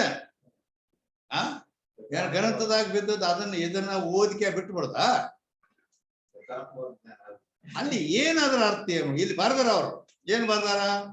ಸರ್ವ ಸಾಕ್ಷಿಗಳಿಗೆ ಪ್ರಕಾಶಕ ಅಂತ ಹೇಳಿ ಸರ್ವ ಇದು ತ್ರಿಪುಟಿ ಸರ್ವ ತ್ರಿಪುಟಿಗಳಿಗೆ ಅಂತ ಹೇಳಿದ್ರೆ ಸರ್ವ ತ್ರಿಪುಟಿ ಅಂದ್ರ ಬಹುವಚನ ಪ್ರಯೋಗ ಆಯ್ತು. ಇಲ್ಲಿ ಯಾವ ಪಾವು ಬಾಳ ಎಲ್ಲಾ ತ್ರಿಪುಟಿ ಅಂದ್ರ ಅದನ್ನ ಹೇಳಿನ ಜಾಗೃತದಲ್ಲಿ 14 ತ್ರಿಪುಟಿಯ ವ್ಯವಹಾರ ನಡೆದಿರುತ್ತದೆ, ಅವೆಲ್ಲವನ್ನು ಸಾಕ್ಷಿ ಪ್ರಕಾಶ ಮಾಡುತ್ತಾನೆ. ಹಂಗಾರ ಅವು 14 ಯಾವ ಅಂದ್ರ ಇದು ಶಾಸ್ತ್ರ ಬರೇ ಹಿಂಗ ಹುಲ್ಲು ಮಾಡ್ದಂಗ ನಡೆಯಂಗಿಲ್ಲ. ಇದು ಹೊಲ್ದಾಗ ಹುಲ್ಲು ಮಾಡಿದಂಗ ಅಂದ್ರೆ ದಮ್ ಹುಲ್ಲು ತಕ್ಕೊಂಡು ಹೋಗ್ಬಿಡೋದು. ಹಿಂಗಿಲ್ಲ. ಕಳೆ ತೆಗದಂತೆ ಕಸ ತೆಗೆದು ಒಂದು ಕಟ್ಟಿನೂ ಉಳಿಲದ ತಗೊಂಡು ಹೋಗ್ಬೇಕು. ಬೇಡ ತಲೆಯಾಗಿನ ಏನ್ ನೋಡದಂಗ ಒಂದೊಂದು ಕೂದಲ ಬಗೆಟ್ ನೋಡ್ಬೇಕು. ಅವಾಗ ಏನ್ ಸಿಗ್ತದ ಹೇಳ್ತಾನೆ. ಹಿಂಗಡೆ ಮಾಡಿ ಅದನ್ನ ತಿಳ್ಕೊಬೇಕು. ಅಂದ್ರೆ ಸಾಧಾರಣ 14 ತ್ರಿಪುಟಿಗಳಂತ ನಾ ಹೇಳಿದೆ, ಹೌದಾ? 14 ತ್ರಿಪುಟಿಗಳಂದ್ರ ಯಾವುದು? ಇದು ನಿಮ್ಗೆ ಗೊತ್ತದ? ಪಂಚ ಜ್ಞಾನೇಂದ್ರಿಯ ಗೊತ್ತದ, ಹೌದಿಲ್ಲ? ಅವು ಪಂಚ ಜ್ಞಾನೇಂದ್ರಿಯ ಅಂದ್ರೆ ಯಾವು ಅಂದ್ರ ಶ್ರೋತ್ರ, ತ್ವಚ, ನೇತ್ರ, ಜಿಹ್ವ, ಘ್ರಾಣ, ಹೌದಿಲ್ಲ? ಯಾಕ ಅವ್ ಯಾವ ಮಾತ ಯಾವ ದೇವರ ಮಾತು ವಿಚಾರ ಮಾಡ್ಕೊಳ್ತಿರ್ತಾರ ಮುಂದೆ ಹಂಗೆ. ಶ್ರೋತ್ರ, ತ್ವಚ, ನೇತ್ರ, ಜಿಹ್ವ, ಘ್ರಾಣ. ಶ್ರೋತ್ರ ಅಧ್ಯಾತ್ಮ ಅಂತ ಹೇಳಲ್ಪಡ್ತೈತಿ ಇಲ್ಲಿ. ಶ್ರೋತ್ರನು ಇಂದ್ರಿಯವು ಅಧ್ಯಾತ್ಮ. ತ್ರಿಪುಟಿ ಸಿದ್ಧ ಮಾಡ್ಬೇಕಾದ್ರೆ ಶ್ರೋತ್ರ ಅನ್ನೋದೇ ಅಂದ್ರೆ ಕಿವಿ ಅಧ್ಯಾತ್ಮ. ಕಿವಿ ಏನ್ ಮಾಡ್ತದ? ಶಬ್ದವನ್ನು ಕೇಳ್ತದಿಲ್ಲ. ಆ ಶಬ್ದ ಕೇಳುವ ವಿಷಯವೇ ಅದು ಅಧಿಭೂತ ಅಂತ ಹೇಳಲ್ಪಡ್ತೈತಿ. ಈ ಶ್ರೋತ್ರ ಇಂದ್ರಿಯ ಅಧ್ಯಾತ್ಮ ಅದು ಶಬ್ದ ಏನೈತಲ್ಲ ಅದು ಅಧಿಭೂತ. ಆದ್ರೆ ಅದಕ್ಕೆ ಅಧಿದೈವ ಐತಿ. ದಿಶಾ ಅನ್ನೋ ಅಧಿಭೂತ ಐತಿ, ದಿಕ್ಕ ಅಧಿದೈವ ಐತಿ. ಆಮೇಲೆ ತ್ವಚೇಂದ್ರಿಯ ಅಧ್ಯಾತ್ಮ ಐತಿ. ಆಮೇಲೆ ಅದಕ್ಕ ಸ್ಪರ್ಶವೇ ಅಧಿಭೂತ ಐತಿ. ವಾಯು ಅನ್ನೋದು ಅಧಿದೈವ ಐತಿ. ಅದಕ್ಕೆ ಯಾಕ ಅಧಿದೈವ ಇಲ್ಲದೆ ಕೆಲಸ ಇದ್ರ ತ್ರಿಪುಟಿಯಲ್ಲಿ ಒಂದಿಲ್ಲ ಅಂದ್ರೆ ಕೆಲಸ ನಡೆಯಂಗಿಲ್ಲ. ಆದ್ದರಿಂದ 3 ಬೇಕು. ಈ ರೀತಿ ಶ್ರೋತ್ರ, ತ್ವಚ, ನೇತ್ರ. ನೇತ್ರ ಅನ್ನೋದು ಏನೈತಲ್ಲ ನೇತ್ರ ಅನ್ನೋದು ಅಧ್ಯಾತ್ಮ. ಆಮೇಲೆ ನೇತ್ರ ರೂಪವನ್ನು ನೋಡ್ತೈತಿ. ರೂಪ ಅನ್ನೋದು ಅಧಿಭೂತ. ಅದಕ್ಕೆ ಸೂರ್ಯ ನಾವು ಅಧಿದೈವದಾನೆ. ಹೀಗಿದು ತ್ರಿಪುಟಿ. ಆಮೇಲೆ ನೇತ್ರ, ಜಿಹ್ವ ನಾಲಿಗೆ. ಜಿಹ್ವೇಂದ್ರಿಯ ಏನೈತಿ ಅಧ್ಯಾತ್ಮ. ಅದು ಅದಕ್ಕ ರಸ ಅನ್ನೋದೇನು ಹುಳಿ, ಸಿಹಿ, ಕಹಿ, ಖಾರ, ಈ ರಸ ಅನ್ನೋದು ಅಧಿಭೂತ. ಅಧಿದೈವೇನು ಅದು ನಿಮ್ಗ ಗೊತ್ತು, ನಮ್ಗೇನ್ ಗೊತ್ತಂತೆ. ಇದು ಆದ ವಿಷಯ ಐತಿ. ಇದು ಮೊದಲನೇ ಸ್ಟ್ಯಾಂಡರ್ಡ್ದಾಗ ಮೊದಲ ಪ್ರೈಮರಿ ಶಿಕ್ಷಣದಾಗ ಆಗಿ ಬಂದೈತೆ. ಇದು ಹೈಸ್ಕೂಲ್ ಶಿಕ್ಷಣ ಐತಿ. ಆ ವಿಚಾರ ಚಂದ್ರೋದಯದಾಗ ಬಂದು ಹೋಗಿದ್ದಾರೆ. ಆದ್ದರಿಂದ ಅಲ್ಲಿ ವರುಣ ಅಧಿದೇವತ ನಾಲಿಗೆ. ಜಿಹ್ವೆಗೆ ಜಿಹ್ವೇಂದ್ರಿ ರಸವನ್ನ ಏನ್ ಇದು ಮಾಡ್ತೈತಿ ಅದಕ್ಕೆ ವರುಣ ಅಧಿದೇವತ ಅದ. ಆಮೇಲೆ ಘ್ರಾಣೇಂದ್ರಿಯ ಅಧ್ಯಾತ್ಮ. ಅದಕ್ಕೆ ಗಾಂಧ ಅನ್ನೋದು ಅದು ಅಧಿಭೂತ. ಅಶ್ವಿನಿ ಕುಮಾರ್ ಅನ್ನೋ ಅಧಿದೈವ. ಈ ಪಂಚ ಜ್ಞಾನೇಂದ್ರಿಯಗಳಿಗೆ ಈ ತ್ರಿಪುಟಿ ಹೇಳ್ಕೊಂಡ್ ಬಂದಿವಿ, ಹೌದಾ? ಪಂಚಕರ್ಮೇಂದ್ರಿಯಗಳು 14 ತ್ರಿಪುಟಿ ಅದಾವಲ್ಲ, ಪಂಚ ಜ್ಞಾನೇಂದ್ರಿಯ, ಪಂಚಕರ್ಮೇಂದ್ರಿಯ, ಅಂತಃಕರಣ ಚತುಷ್ಟಯ ಕೂಡಿ 14 ಆಗ್ತಾವ. ಈಗ ಪಂಚ ಜ್ಞಾನೇಂದ್ರಿಯ, ಪಂಚಕರ್ಮೇಂದ್ರಿಯ ಅಂದ್ರೆ ವಾಕ್, ಪಾಣಿ, ಪಾದ, ಉಪಸ್ಥ, ಗುದ ಇವು. ಯಾಕಂದ್ರೆ ನೀವು ಕೇಳೋತನ ಮತ್ತೆ ಒಂದು 15 ಬಿಟ್ಟು ಬರೀ ಅದನ್ನ ಏನ್ ಹೇಳತ್ತ ಅನ್ನೋದ್ರಾಗ ಹೋಗತಿ, ಟೈಮ್ ಪಾಸ್ ಆಗಿ ಹೋಗತಿ. ಅದಕ್ಕೆ ನಾನ ಬಡ ಬಡ ಹೇಳ್ಕೊತ ಹೋಗೋದು ಚಲೋ. ಅದಿಲ್ಲ, ಅದಕ್ಕ ವಾಕ್ಯೇಂದ್ರಿಯ ಅಧ್ಯಾತ್ಮ ಐತಿ, ಅದಕ್ಕ ವಚನ ಕ್ರಿಯೆ ಏನ್ ಮಾತಾಡ್ತೈತಿ ಅದು ವಾಣಿ, ವಚನ ಕ್ರಿಯೆ ಅಧಿಭೂತ ಐತಿ.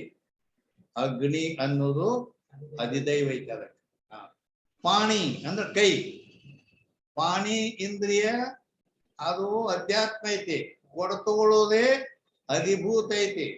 ಇಂದ್ರ ಅಧಿದೈವನಿದ್ದಾನೆ. ಪಾದೇಂದ್ರಿಯ ಅಧ್ಯಾತ್ಮ, ಅದಕ್ಕೆ ಗಮನವೇ ಅಧಿಭೂತ, ಅದಕ್ಕೆ ವಾಮನ ಅಧಿದೈವನಿದ್ದಾನೆ. ಆಮೇಲೆ ಪಾಣಿಪಾದ ಉಪಸ್ಥ ಅಂದ್ರ ಮೂತ್ರ, ಕಾಲ್ಮಡಿ ಇಂದ್ರಿಯ. ಉಪಸ್ಥ ಅಂದರೆ ಉಪಸ್ಥೇಂದ್ರಿಯ ಅಧ್ಯಾತ್ಮ, ಅಲ್ಲಿ ರತಿಭೋಗವೇ ಅಧಿಭೂತ, ಅದಕ್ಕ ಪ್ರಜಾಪತಿ ಅಧಿದೈವನಿದ್ದಾನೆ. ಆಮೇಲೆ ಗುದೇಂದ್ರಿಯ ಅಧ್ಯಾತ್ಮ, ಮಲತ್ಯಾಗವೇ ಅದಕ್ಕೆ ಅಧಿಭೂತ ಐತಿ, ಯಮ ಅಧಿದೈವನಿದ್ದಾನೆ. ಇವು ಪಂಚ ಜ್ಞಾನೇಂದ್ರಿಯ, ಪಂಚ ಕರ್ಮೇಂದ್ರಿಯಗಳಾದ. ಇನ್ನು ಉಳಿದು 4 ಅಂತಃಕರಣ ಚತುಷ್ಟಯ, ಮನ, ಬುದ್ಧಿ, ಚಿತ್ತ, ಅಹಂಕಾರ. ಮನಸ್ಸನ್ನೋದೇ ಅಧ್ಯಾತ್ಮ, ಅದಕ್ಕ ಚಂದ್ರ ಅನ್ನೋ ಅಧಿದೈವತ, ಅದಕ್ಕ ಸಂಕಲ್ಪ ವಿಕಲ್ಪ ಅನ್ನೋದೇನೈತಲ್ಲ, ಸಂಕಲ್ಪ ವಿಕಲ್ಪ ಅಧಿಭೂತ ಅಂತ ಹೇಳೋದನ್ನು ಮತ್ತದು ಅದಕ್ಕಿಂತ ಸೂಕ್ಷ್ಮ. ಅದು ಸ್ಥೂಲ ದೃಷ್ಟಿಯ ಸಂಕಲ್ಪ ವಿಕಲ್ಪ ಅನ್ನೋದೇ ವಿಷಯ ಅಂತೇಳಿ ಇಲ್ಲ. ಆ ಯಾವ ವಿಷಯವನ್ನು ಕುರಿತು ಸಂಕಲ್ಪ ವಿಕಲ್ಪ ಮಾಡುವುದೋ ಅದು ಅದಕ್ಕೆ ಅಧಿಭೂತ ಐತಿ. ಅಂದ್ರ ಸಾಮಾನ್ಯ ಈಗ ನಾ ಇವತ್ತು ಆಯ್ತಾರು ಜನ ಶಾಸ್ತ್ರ ಹೇಳ್ತಾರ, ಅದಕ್ಕೆ ನಾ ಶಾಸ್ತ್ರ ಕೇಳ್ಬೇಕು, ಶಾಸ್ತ್ರ ಕೇಳಕ್ ಹೋಗ್ಬೇಕು. ಅಂದ್ರ ಶಾಸ್ತ್ರ ಕೇಳಕ್ ಹೋಗ್ಬೇಕು ಏನು ಬ್ಯಾಡೋ, ಯಾಕ ಬ್ಯಾರೆ ಒಂದ್ ಕೆಲಸ ಐತಿ, ಆ ಕಡೆ ಹೋಗ್ಲು ಏನ್ ಈ ಕಡೆ ಹೋಗ್ಲು ಅನ್ನೋದೇ ಇದು. ಇಲ್ಲಿ ಅಂದ್ರೆ ಇಲ್ಲಿ ಶಾಸ್ತ್ರಕ್ಕೆ ಬರುವ ವಿಷಯದ ಬಗ್ಗೆ ಇಲ್ಲಿ ಸಂಕಲ್ಪ ಮಾಡೈತೆ, ಅದ ಇದು ವಿಷಯ ಹಿಂಗಲ್ಲ. ಅದಕ್ಕ ಮನಸ್ಸನ್ನು ಅಧ್ಯಾತ್ಮ, ಚಂದ್ರ ಅಧಿದೈವ, ಮತ್ತು ಇಲ್ಲಿ ಬರ್ಲ್ಯೋ ಬಿಡ್ಲ್ಯೋ ಅನ್ನೋದು ಸಂಕಲ್ಪ ವಿಕಲ್ಪ ಅನ್ನೋದು ಅದಕ್ಕೆ ಅಧಿಭೂತ. ಬುದ್ಧಿ ಅನ್ನೋದು ಅಧ್ಯಾತ್ಮ, ಅದಕ್ಕ ಇಲ್ಲ ಇವತ್ತು ಶಾಸ್ತ್ರಕ್ಕೆ ಹೋಗಬೇಕು ಅಂತ ನಿಶ್ಚಯ ಮಾಡಿದ್ದೆ, ಅದ ಅಧಿಭೂತ. ಆ ಬುದ್ಧಿಗೆ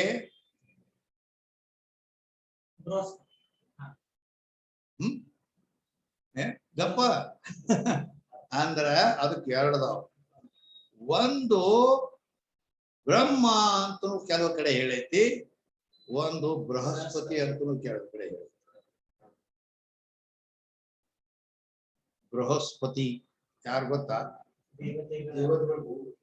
ದೇವತೆಗಳು. ಬ್ರಹ್ಮ ಅಂದ್ರೆ ಇವು ಬ್ರಹ್ಮ, ವಿಷ್ಣು, ಮಹೇಶ್ವರ, ಚಂದ್ರ, ಇದರಾಗಿನ ಬ್ರಹ್ಮ.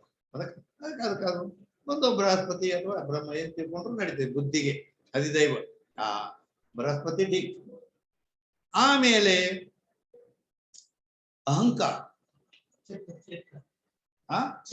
ಚಿತ್ತ ಐತಿ ಮೊದಲು. ಆ ಮನ, ಬುದ್ಧಿ, ಚಿತ್ತ. ಚಿತ್ತ ಅನ್ನೋದೇ ಅಧ್ಯಾತ್ಮ, ಅದಕ್ಕ ಚಿಂತನವೇ ಅಧಿಭೂತ. ಯಾವುದರ ಬಗ್ಗೆ ನೀ ಚಿಂತನೆ ಮಾಡ್ತೈತಿ ಅದು ಅಧಿಭೂತ. ಆಮೇಲೆ ಆ ಚಿತ್ತಿಗೆ ವಾಸುದೇವ ಅಧಿದೈವನಿದ್ದಾನೆ. ಇನ್ನ ಮುಂದ ಅಹಂಕಾರ ಕಡಿದು. ಅಹಂಕಾರ ಅನ್ನೋದು ಅಧ್ಯಾತ್ಮ, ಅದಕ್ಕ ಅಧಿದೈವ ರುದ್ರ ಇದ್ದಾನೆ. ನಮ್ಮ ರುದ್ರ ಹೌದು. ಅದಕ್ಕೆ ಅಭಿಮಾನ, ನಾನು ಅಂತ ಅಭಿಮಾನ ಮಾಡ್ತದಲ್ಲ ಅದು, ಅದಕ್ಕ ಅಧ್ಯಾತ್ಮ. ಅಭಿಮಾನಕ್ಕ ರುದ್ರ ಅಧಿದೈವನಿದ್ದಾನೆ. ಅದು ಅಭಿಮಾನ ಮಾಡೋದೇ. ಅಭಿಮಾನ ಎದರ್ದು ಮಾಡ್ತೈತೆ ಅದು ಅಂದ್ರ ನಾ ಏನ್ ಕಮ್ಮಿಲ್ಲ, ಹೋಗಿಲ್ಲ, ಒಂದು 4-5 ಲಕ್ಷ ಬೇಡ, 10 ಲಕ್ಷ ಹೋಗ್ಲಿ, ಹಿಂಗ ಅಂದ್ರ ಅದಕ್ಕ ಧನಿಕನೆಂಬ ಅಭಿಮಾನ ಅಥವಾ ಶಕ್ತಿಯ ಅಭಿಮಾನ ಅಥವಾ ಒಂದು ಬುದ್ಧಿಯ ವಿದ್ಯಾದ ಯಾವುದೇ ಒಂದು ಪ್ರಕಾರದ ಅಭಿಮಾನ ಇರ್ತದೆ. ಅದಕ್ಕೆ ಆ ಅಭಿಮಾನ ಏನೈತಲ್ಲ ಅದು ಅಧಿಭೂತ ಅಂತ ಹೇಳಲ್ಪಡುತ್ತದೆ. ಅಹಂಕಾರ ಅಧಿಭೂತ. ಆಮೇಲೆ ಅದಕ್ಕೆ ರುದ್ರ ದೇವತ ಹೇಳಿದ್ದೇನೆ. ಈ ರೀತಿ ಇವು ಪಂಚ ಜ್ಞಾನೇಂದ್ರಿಯ ಪಂಚ ಕರ್ಮೇಂದ್ರಿಯ 10 ಅಂತಃಕರಣ ಚತುಷ್ಟಯ 4 ಕೂಡಿ 14 ತ್ರಿಪುಟಿ ಅವು 3 ಈ ರೀತಿ 14 ತ್ರಿಪುಟಿ ಸರ್ವ ತ್ರಿಪುಟಿ ಅಂದ್ರೆ ಇಲ್ಲಿ ನೀವೇನ್ ಮಾಡಬೇಕು, ಈ 14 ತ್ರಿಪುಟಿಗಳು ಜಾಗೃತದಲ್ಲಿ ನಡೆದಿರುತ್ತವೆ. ಇವೆಲ್ಲವುಗಳನ್ನು ಸಾಕ್ಷಿ ಪ್ರಕಾಶ ಮಾಡುತ್ತಾನೆ ಹಿಡಿದು ತಿಳ್ಕೋಬೇಕು. ಹೆಂಗ ಪ್ರಕಾಶಕ್ ಸಾಕ್ಷಿ ಹೇ, ಅದಕ್ಕೇನೆ ಜ್ಞಾತೃ ಜ್ಞಾನ ವಿಹಿನ್ನೋ ಅಸ್ಮಿ ಮೇಯಹೀನ ಶಿವ್ಯೋಸ್ಮ್ಯಹಂ ಅಂತ ಅದು ಸಂಸ್ಕೃತದಲ್ಲಿ ಐತಿ. ಅಂದ್ರೆ ಈ ರೀತಿ ತ್ರಿಪುಟಿಗಳ ಇದು ತ್ರಿಪುಟಿನೇ. ಜೋ ಸಾಕ್ಷಿ ಆಪ್ ಅಜ್ಞಾತ್ ಹೋವೇತೋ, ಜೋ ಒಂದು ವೇಳೆ ಆ ಸಾಕ್ಷಿ ತಾನು ಅಜ್ಞಾತ ಹೋಯ ನನಗೆ ಗೊತ್ತಿಲ್ಲ, ಸಾಕ್ಷಿ ಯಾರು ಇಲ್ಲ ಹಿಂಗಂದ್ರೆ ತ್ರಿಪುಟಿಕ ಜ್ಞಾನ ಸಾಕ್ಷಿ ಬನೇನೆ. ಈ 3 ತ್ರಿಪುಟಿಗಳನ್ನ ಆ ಬೆಳಗತಕ್ಕಂತ ಸಾಕ್ಷಿ ಅದು ಜ್ಞಾನ ಆಗುವುದು ಸಂಭವಿಸಂಗಿಲ್ಲ, ಜ್ಞಾನ ಆಗುದು. ಯಾಕಂದ್ರೆ ಅದು ಲಾಲ್ಟೇನ್ ದೊಳಗಿನ ದೀಪ ಆರಿ ಹೋಗಿದ್ರೆ ಹೋಯ್ತಾ ಎಲ್ಲ, ಅಲ್ಲಿ ಜ್ಞಾತಾನು ಹೋದ ಜ್ಞಾನನು ಹೋಯ್ತು, ಎಲ್ಲ ಜ್ಞಾನನು ಕಾಣಲಿಲ್ಲ, ಹೌದಿಲ್ಲ? ಆದ್ದರಿಂದ ಸಾಕ್ಷಿ से बने नहीं ಯಾತೆ ಸರ್ವ ತ್ರಿಪುಟಿ ಅಂಕೆ ಜ್ಞಾನ ಮೇ ಸಾಕ್ಷಿ का ಜ್ಞಾನ ಅವಶ್ಯವೇ. ಯಾವುದೇ ತ್ರಿಪುಟಿಯಿಂದ ಜ್ಞಾನ ಆಗ್ತದ ಅಂದ್ರ ಅದು ಸಾಕ್ಷಿ ಅವಶ್ಯ ಇರ್ತೈತಿ. ಯಾಕ ಅಲ್ಲಿಂದಲೇ ಜ್ಞಾನ ಕರೆಂಟ್ ಇದ್ದಂಗ ಅದು. ಕರೆಂಟ್ ಐತಿ ಅಂದ್ರ ಪಂಕ ತಿರುಗ್ತೈತಿ, ಲೈಟ್ ಐತಿ, ಮೈಕ್ ಎಲ್ಲ ನಡೀತಾವು. ಕರೆಂಟ್ ಹೋಯ್ತಂದ್ರ ಎಲ್ಲ ಬಂದ ಹಾಗೆ ಸಾಕ್ಷಿ ಹಿಂಗದ ಮತ್ತೆ. ಇನ್ನ ಯಾತೆ ಸರ್ವ ಜ್ಞಾನ ಸಾಕ್ಷಿ का ज्ञान अवश्य होवे. ता साक्षी ज्ञान ते सर्प ज्ञान की निवृत्ति संभवे. ಆ ಸಾಕ್ಷಿ ಜ್ಞಾನ ಆಯ್ತು ಅಂದ್ರ ಅವ ಏನ ಮತ್ತೆ ಆ ಸರ್ಪ ಜ್ಞಾನ ಏನಿತ್ತು ಜ್ಞಾನಕ್ಕ ಅದು ಸಾಕ್ಷಿ ಅಧಿಷ್ಠಾನ. ಆದ್ದರಿಂದ ಸಾಕ್ಷಿ ಜ್ಞಾನದಿಂದಲೇ ಸರ್ಪ ಜ್ಞಾನದ ನಿವೃತ್ತಿ ಆಗುವುದು ಸಂಭವಿಸುತ್ತದೆ. ಯಾ ಪೂರ್ವ ರೀತಿ से सर्प और ताके ज्ञान का अधिष्ठान भिन्न भिन्न कया. ಮೊದಲು ನಾವ್ ಏನ್ ಮಾಡಿದೀವಿ, ಅಲ್ಲಿ ಸರ್ಪಕ್ಕೆ ಅಧಿಷ್ಠಾನ ಬ್ಯಾರೆ, ರಜ್ಜು ಚೇತನ ಅಲ್ಲಿ ಹೇಳಿದ್ವಿ. ಆ ಸರ್ಪ ಜ್ಞಾನಕ್ಕ ಸಾಕ್ಷಿ ಚೇತನ ಹೇಳಿ ಬ್ಯಾರೆ ಬೇರೆ ಹೇಳಿದ್ವಿ. ಆದ್ರಿಂದ ಇಟ್ಟೆಲ್ಲ ಸಂಸ್ಕಾರ ಸಮಾಧಾನಗಳು ಬಂತು ಇಲ್ಲಿ ತನ. ಅಂದ್ರೆ ಅನೇಕ ರೀತಿಯಿಂದ ಅಧ್ಯಾತ್ಮ ಜ್ಞಾನ ನಿಮಗಾಗಲಿ ಅಂತ ಇದನ್ನು ಬೆಳೆಸಿ ಹೇಳೋದು ಹಿಂಗೆ ಈ ರೀತಿ. भिन्न भिन्न कया तामे इतने शंका समाधान है. क्या पक्ष में शंका समाधान रूप विवाद बहुत है. इನ್ನ ಬಾಳದಾವೋ ಇಟ್ಟ ಸಾಕ, ಇಟ್ರಾಗ ನಿಮ್ ತಲಿ ದಿಮ್ ಅಂದಿರ್ತೈತಿ. ಇನ್ನ 145ನೇ ಅಂಕ.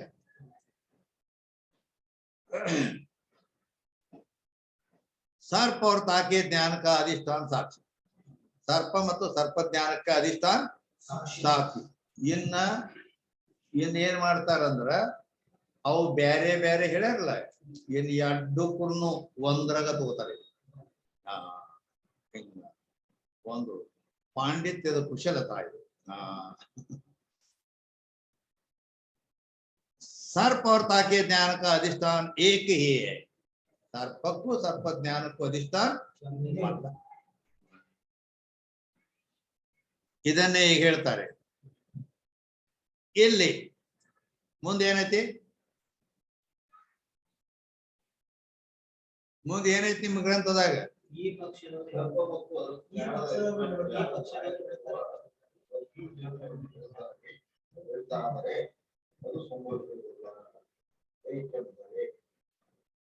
ಅಂದರೆ ಇಲ್ಲಿದಿಂದ ಅವ ಜರ ದೂರ ತನಕ ಶಂಕಾ ಮಾಡುತ್ತಾನೆ ಅಂತ ಐತೆ. ಅಲ್ಲಿ ಶಂಕಾ ಬರ್ಕೋಬೇಕು ನೀವು. ಅದಕ್ಕ ಇಲ್ಲಿ ಶಂಕಾ ಏನಕ್ಕೆ ಶಂಕಾ ಮಾಡ್ತಾನವ? बाह्य जो रज्जु चेतन है ताको सर्प और ताके ध्यान का अधिष्ठान कहे तो बने नहीं. ಹೊರಗಿರ್ತಕ್ಕಂತ ರಜ್ಜು ಚೇತನೇನೇ ಇರ್ತಿಲ್ಲ, ರಜ್ಜು ಚೇತನ ಅದು ಸರ್ಪಕ್ಕೆ ಅಧಿಷ್ಠಾನ ಅಂತ ಹೇಳಿದ್ರೆ ತಾಕು ಸರ್ಪ ಅವ್ರ ತಾಕೆ ಜ್ಞಾನ ಅಂದರೆ ಈಗ ಶಂಕಾ ಬರ್ಕೋ ಅಂತ ಹೇಳಿದ್ನಿ ಅದರ ಅದೇ ಅಲ್ಲಿ ಬಾಹ್ಯವಾಗಲ್ಪಟ್ಟಂತ ರಜ್ಜು ಚೇತನದಲ್ಲ, ಅದಕ್ಕೆ ಸರ್ಪ ಮತ್ತು ಸರ್ಪ ಜ್ಞಾನಕ್ಕೆ ಅಧಿಷ್ಠಾನತ ಅಂತ ಹೇಳಿದ್ದಾದರೆ ಅಲ್ಲಿ ಅದೇ ಇದು ಶಂಕಾದೊಳಗ ಬರ್ತದ. ಹಿಂಗದ ಅದು ಬನೇನೆ, ಅದು ಸಂಭವಿಸುವುದಿಲ್ಲ. ಯಾಕಂದ್ರೆ ಕಾಯತೆ जितने ज्ञान होवे सो प्रमाता अथवा साक्षी के आश्रित होवे. ಜ್ಞಾನ ಏನ್ ಇರ್ತಾವಲ್ಲ, ಯಾವುದೇ ಜ್ಞಾನ, ಎಷ್ಟು ಜ್ಞಾನ ಅದಾವೆಲ್ಲ ಎಷ್ಟು ಜ್ಞಾನ, ಜಿತನೆ ಜ್ಞಾನ ಹೇ ಅಂದ್ರೆ ಎಷ್ಟು ಜ್ಞಾನಗಳಿರೋ ಅಲ್ಲಿ ಎಷ್ಟು ಜ್ಞಾನ ಐತೆ ಅಂತ ಹೌದಿಲ್ಲ? ಎಷ್ಟು ಜ್ಞಾನ ಅಂದ್ರ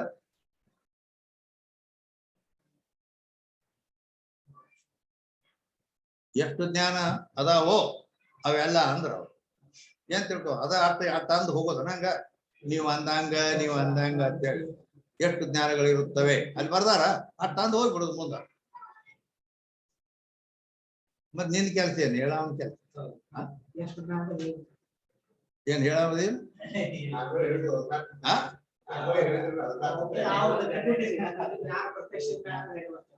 ಅಲ್ಲ ಅಲ್ಲ ಅಲ್ಲ, ಅದನ್ನ ಬೀಸದ್ದ ಬೀಸ್ಕೊತ ಆಗಲೇ ಹೇಳ್ದ ಈಗ ಮತ್ತೆ ಹೇಳುದ ಆಡಿದ್ದ ಆಳು ಕಿಸ್ಬಾಯ್ದಾವ ಸಾತಾರ ಇರ್ಲಿ. ಅಂದ್ರೆ ಈಗ ಜಿತನೆ ಜ್ಞಾನ ಹೋವೆ, ಎಷ್ಟು ಜ್ಞಾನಗಳಿರುತ್ತವೆಯೋ ಅಂದರೆ ಜ್ಞಾನಗಳು ಅಲ್ಲೊಂದು ಮರ್ಮ ಐತಿ, ತಿಳ್ಕೊಳ್ಳೋ ಮರ್ಮ ಐತಿ. ಅದು ಶಾಸ್ತ್ರಗಳನ್ನೆಲ್ಲ ಚೆನ್ನಾಗಿ ಬಲ್ಲವನಿಗೆ ಅಷ್ಟೇ ಗೊತ್ತದು. ಉಳಿದು ಅದ್ರಾಗ ಬರ್ದದ್ದನ್ನು ಓದ್ಕೊಂಡು ಸುಮ್ ಹಂಗ ಹೋಗೋದು ಅವಾಗೇನು ಗೊತ್ತಿಲ್ಲ ಹೇಳ್ತಾರೆ. ಈ ವಿಚಾರ ಸಾಗರ್ ಬಾಳ ಮಂದಿ ಹೇಳ್ತಾರೆ, ಈಗ ಸದ್ಯ ನಾಳೆ ಹೇಳಕ್ಕ ಹೇಳ್ತಾರ ಅವ್ರು. ಖರೆ ಅವ್ರು ಏನ್ ಬರ್ದಾರ ಅಂತ ಹೇಳಿ ಹೋಗ್ಬಿಡ್ತಾರೆ ಮುಂದೆ. ಅಗ್ನಿ ಮಾಡೋದು ಹೆಂಗ ಒಂದು ಗುಂಡು ಇಟ್ ಮಾಡಿ ಅದ್ರಾಗ ಒಂದು ಕಾಲಿಟ್ಟು ಎರಡನೇ ಕಾಲು ಹೊರಗೆ ಇಟ್ಬಿಡೋದು.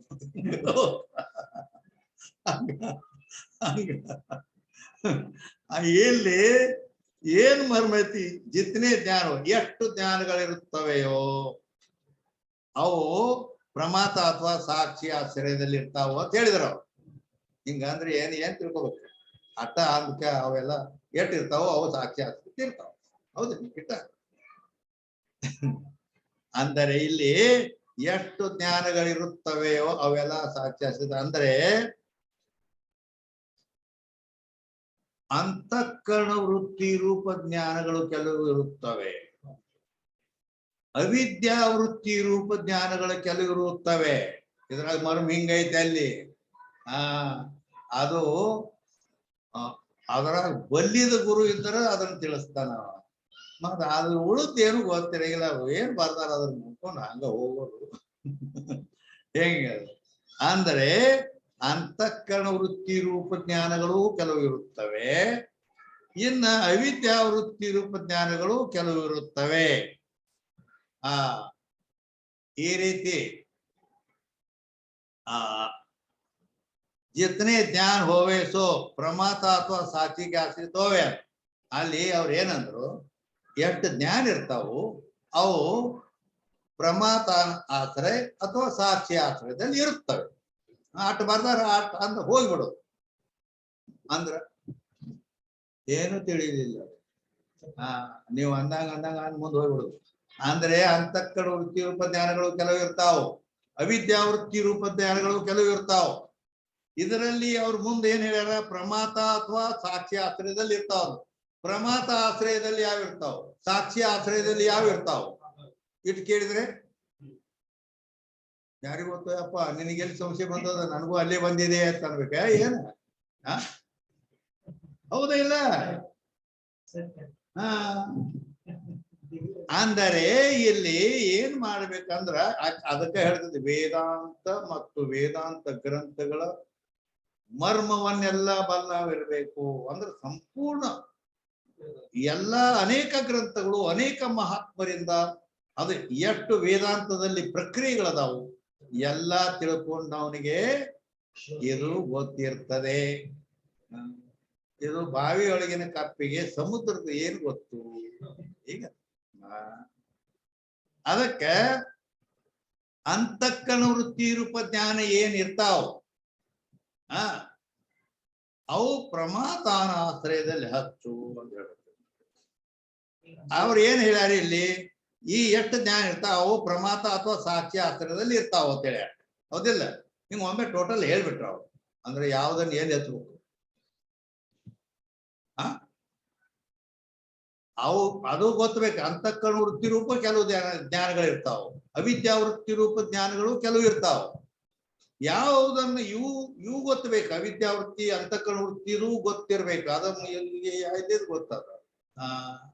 ಆದ್ರೆ ಅವನು ಎಲ್ಲೆಲ್ಲಿ ಹಚ್ಚಬೇಕು, ಏನು ಪ್ರಮಾತಾಗ ಹಚ್ಚಬೇಕು, ಏನು ಸಾಕ್ಷಿಗೆ ಯಾವ್ದು ಹಚ್ಚಬೇಕು ಗೊತ್ತಾ ಇಲ್ಲ. ಅದಕ್ಕೆ ಅಂತಃಕರಣ ವೃತ್ತಿ ರೂಪ ಜ್ಞಾನ ಯಾವ ಇರ್ತಾವೋ ಪ್ರಮಾತೃವಿಗೆ ಹಚ್ಚಬೇಕು. ಪ್ರಮಾತೃವಿನ ಆಶ್ರಯದಲ್ಲಿ ಇರುತ್ತದೆ. ಅದು ಅಂತಃಕರಣ ವೃತ್ತಿ ರೂಪ ಜ್ಞಾನ ಪ್ರಮಾತೃವಿನ ಆಶ್ರಯದಲ್ಲಿ ಇರುತ್ತದೆ. ಅವಿದ್ಯಾ ವೃತ್ತಿ ರೂಪ ಜ್ಞಾನ ಯಾವ್ದಿರ್ತದೆ ಸಾಕ್ಷಿ ಕಡೆ ಹೋಗಲ್ಲಿ ಸಾಕ್ಷಿ ಆಶ್ರಯದಲ್ಲಿ ಇರುತ್ತದೆ. ಈಗ ನೇಮದು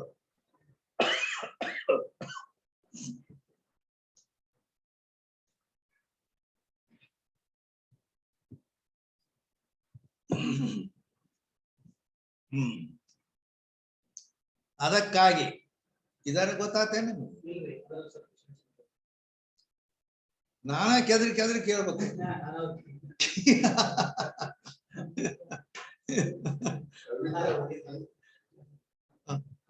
ಯಾಕಂದ್ರೆ ಅದು ಗೊತ್ತೇ ಇಲ್ಲ.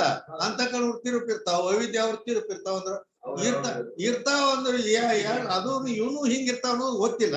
ಈಗ ನೀವೇ ಹೇಳಿರಿ ಇರ್ತಾವ ಅಂದ್ರ ಅವು ಎಲ್ಲಿ ಇರ್ತಾವು, ಹೆಂಗ ಇರ್ತಾವು, ಏನ್ ಅದ್ರ ಕತಿ ಅಂದರೆ ಈಗ ಒಂದು ಬಂದ ವಿಷಯದಲ್ಲೇ ತಗೊಂಡ್ಬಿಡೋಣ. ಇಲ್ಲಿ ಅದಕ್ಕ ಬೆಚ್ಚಿಂಗ್ ಮಾಡಿ ಹೇಳ್ತೇನೆ. ಈಗ ಏನು ನಡೆದದ ಅಂದ್ರ ಹಗ್ಗದಲ್ಲಿ ಸರ್ಪ ತೋರಿದೆ, ಹೇಗ ತೋರಿದೆ ಅಂತ ಪ್ರಶ್ನೆ. ಅದ್ರ ಬಗ್ಗೆ ನಡೆದ. ಹೌದಾ? ಹೌದಿಲ್ಲ? ಅಂದರೆ ಇಲ್ಲಿ ಇಟ್ಟೋತನ ಸರ್ಪ ಜ್ಞಾನಗಳ ಬಗ್ಗೆನ ಬಂದು. ಹೌದಿಲ್ಲ? ಅದಕ್ಕ ಇಲ್ಲಿ ಏನೈತಲ್ಲ ಹಗ್ಗದ ಜ್ಞಾನ ಆಗ್ತದ ಅಂತಃಕರಣ ವೃತ್ತಿ ರೂಪ ಇರ್ತದ. ನೀವು ತಿಳ್ಕೊಬೇಕೀಗ. ಅದನ್ನ ಹೇಳಕತ್ತೇನೆ. ಹಗ್ಗ ಜ್ಞಾನ ಆಯ್ತು ಅಂದ್ರ ಆ ಜ್ಞಾನ ಅಂತಃಕರಣ ವೃತ್ತಿ ರೂಪ ಇರ್ತದ ಅಂತ ತಿಳ್ಕೊ. ಅದು ಪ್ರಮಾತೃವಿನ ಆಶ್ರಯದಲ್ಲಿ ಇರ್ತದ. ಇಲ್ಲಿ ಅಡ್ಡ ಐತಿ, ಪ್ರಮಾತ ಸಾಕ್ಷಿ ಅಡ್ಡು ಅಂತ ಹೇಳ್ಯಾರ. ಅದನ್ನ ಯಾವ್ದನ್ನ ಯಾರು ಹಚ್ಬೇಕು ಅವ್ರು ಹೇಳಿಲ್ಲ. ಆದ್ರೆ ಹಗ್ಗ ಅಂತ ಯಾಕ ದೃಷ್ಟಾಂತ ಕೊಟ್ಟು ಹೇಳಕತ್ತೇನೆ. ಹಗ್ಗ ಅಂತ ಜ್ಞಾನ ಆಯ್ತು ಅಂದ್ರೆ ಇದು ಅಂತಃಕರಣ ವೃತ್ತಿ ರೂಪ ಇರ್ತದೆ ತಿಳ್ಕೊ. ಅದನ್ನ ಎಲ್ಲಿ ಹೋಗಿ ಅಂದ್ರೆ ಪ್ರಮಾತೃವಿನ ಆಶ್ರಯದಲ್ಲಿ ಹಚ್ಚಬೇಕು ಅಂತ ನೇಮದು ಶಾಸ್ತ್ರದ ಕಾಯ್ದಾ ಇತ್ತು. ಅಂತಃಕರಣ ವೃತ್ತಿ ರೂಪ ಜ್ಞಾನ ಹಗ್ಗ ಅಂತ ಜ್ಞಾನ ಆದದ್ದು ಅಂತಃಕರಣ ವೃತ್ತಿ ರೂಪ ಇರ್ತದ. ಅದನ್ನ ಓದನೆ ಎಲ್ಲಿ ಹಚ್ಬೇಕು ಅಂದ್ರೆ ಪ್ರಮಾತೃವಿನ ಆಶ್ರಯದಲ್ಲಿ ಇರ್ತದೆ ಈ ಜ್ಞಾನ ಅಂತ ತಿಳ್ಕೊಬೇಕು. ಇಲ್ಲ ಹಗ್ಗಾತ ಜ್ಞಾನ ಆಯ್ತು, ಇಲ್ಲ ಅದು ಆಗ್ಲಿಲ್ಲ, ಮಾತಾಯ್ತು. ಹಗ್ಗಾತ ಜ್ಞಾನ ಆಗ್ಲಿಲ್ಲ, ಮತ್ತೇನಾಯ್ತು? ಸರ್ಪ ಆಯ್ತು. ಸರ್ಪ ಜ್ಞಾನ ಆಯ್ತು ಅಂದ್ರ ಆ ಸರ್ಪ ಜ್ಞಾನ ಅವಿದ್ಯಾ ವೃತ್ತಿ ರೂಪ ಇರ್ತದ ಅಂತ ತಿಳ್ಕೊ. ಇದು ಬಹಳ ಜನರಿಗೆ ಗೊತ್ತೇ ಇಲ್ಲ. ಇದು ಒಳಗಿಂದು ಈ ಅಂದರ್ಕಿ ಬಾತೆ ಮರ್ಮ ಐತಂತ ತಿಳಿತಾನ. ಅದಕ್ಕ ಅದ್ರ ಮರ್ಮ ಗೊತ್ತಬೇಕಲ್ಲ. ಸರ್ಪಾತ ಜ್ಞಾನ ಆಯ್ತು ಅಂದ್ರ ಅದು ಅವಿದ್ಯಾ ವೃತ್ತಿ ರೂಪ ಜ್ಞಾನ ಇರ್ತದ. ಅದನ್ನ ನೀನು ಸಾಕ್ಷಿ ಆಶ್ರಯದಲ್ಲಿ ಹಚ್ಚು. ಈಗ ಅದ್ರ ಕ್ಲಿಯರ್ ಗೊತ್ತಾಗ್ತ ನಿಮ್ಗೆ. ಹೌದಾ ಇಲ್ಲ? ಯಾವುದು ಅಂತಃಕರಣ ವೃತ್ತಿ ರೂಪ ಇರ್ತದ ಅವಿದ್ಯಾ ವೃತ್ತಿ ರೂಪ ಇರ್ತದ ಅನ್ನೋದು ಗೊತ್ತಾಗ್ತದೆ. ಯಾವ್ದನ್ನ ಎಲ್ಲಿ ಹಚ್ಚಬೇಕು ಅನ್ನೋದು ಅದನ್ನು ಹೇಳಿದ್ವಿ. ಅಂತಃಕರಣ ವೃತ್ತಿ ರೂಪ ಇತ್ತು, ಆ ಪ್ರಮಾತಾನ ಆಶ್ರಯದಲ್ಲಿ ಹಚ್ಚು. ಸರ್ಪ ಅನ್ನೋದು ಅವಿದ್ಯಾವೃತ್ತಿ ರೂಪ ಐತಿ, ಅದನ್ನ ನೀ ಸಾಕ್ಷಿ ಆಶ್ರಯದಲ್ಲಿ ಹಚ್ಚು. ಹಿಂಗ ಅವಿದ್ಯಾವೃತ್ತಿ ರೂಪ ಇರ್ತಾವ, ಅವು ಸಾಕ್ಷಿ ಆಶ್ರಯದಲ್ಲಿ ಹಚ್ಚುತ್ತೆ.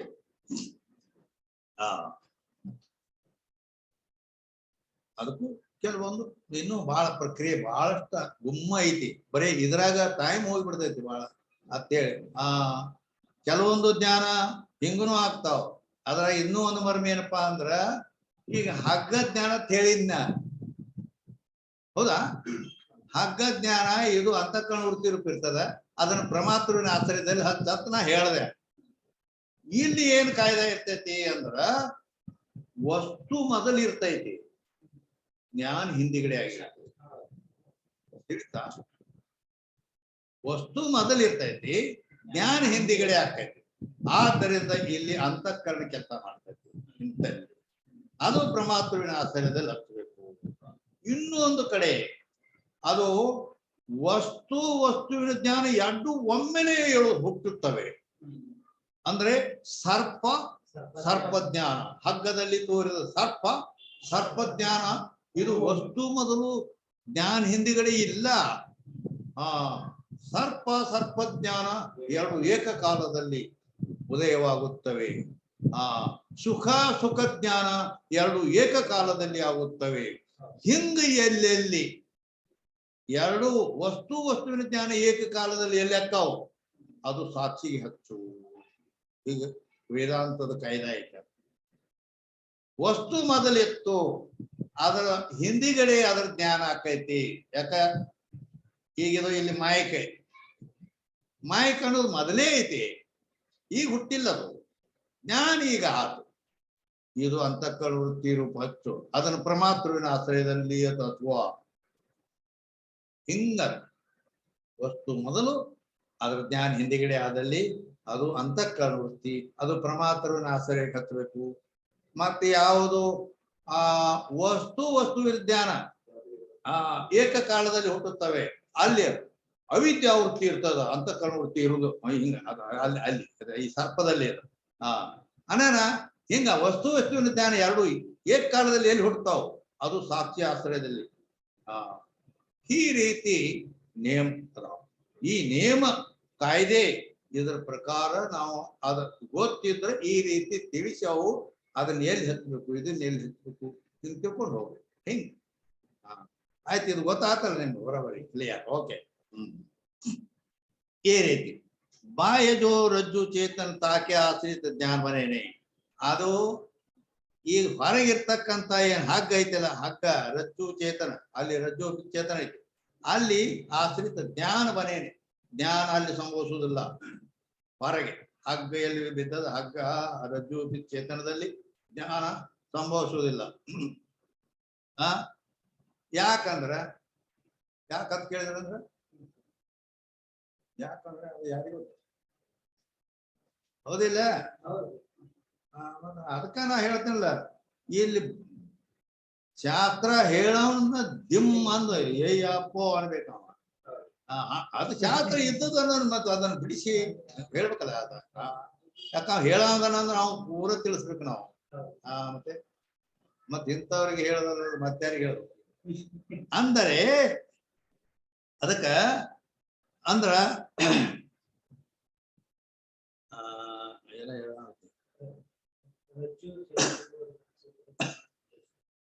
ಅಂದ್ರೆ ಈಗ ಏನ್ ಬಂದಿತ್ತಂದ್ರ, ಬಾಹ್ಯಜೋ ರಜ್ಜು ಚೇತನ್ ತಾಕೆ ಆಶ್ರಿತ ಜ್ಞಾನ ಬನೇನೆ ಅಂತ ಹೇಳಿದ್ರ ಅವರು. ರಜ್ಜು ಉಬ್ಬಿತ ಚೇತನ ಏನೈತಿಲ್ಲ ಅದು ಹೊರಗೈತಿ, ಹಗ್ಗ ಹೊರಗೆ ಬಿದ್ದದಿಲ್ಲ, ಅಲ್ಲಿ ಜ್ಞಾನ ಸಂಭವಿಸೋದಿಲ್ಲ ಅಂತ ಹೇಳಿದ್ರ ಅವ್ರು. ಯಾಕೆ ಸಂಭವಿಸಂಗಿಲ್ಲ ಅಂತ ಪ್ರಶ್ನೆ ಮಾಡಿದ್ರೆ ಏನ್ ಮಾಡೋವನಿ? ಯಾಕೆ ಸಂಭವಿಸಂಗಿಲ್ಲ ಅಂತ ಕೇಳಿದ್ರೆ ಒಂದು ನೇಮ ಐತೆ, ಅದಲ್ಲ ಕಾಯ್ದಾ. ಆ ಕಾಯ್ದೆಗಳು ಗೊತ್ತಬೇಕು. ಜ್ಞಾನ ಇರಬೇಕಾದರೆ ಅದು ಎರಡ ಜಾಗ, ಹೆಣ್ಮಗಳು ಇರಬೇಕಾದ್ರೆ ಎರಡ ಜಾಗ. ಇದ್ರ ತವ್ರ ಮನ್ಯಾಗ ಇರ್ಬೇಕು, ಇಲ್ಲಂದ್ರೆ ಗಂಡನ ಮನ್ಯಾಗ ಇರ್ಬೇಕು.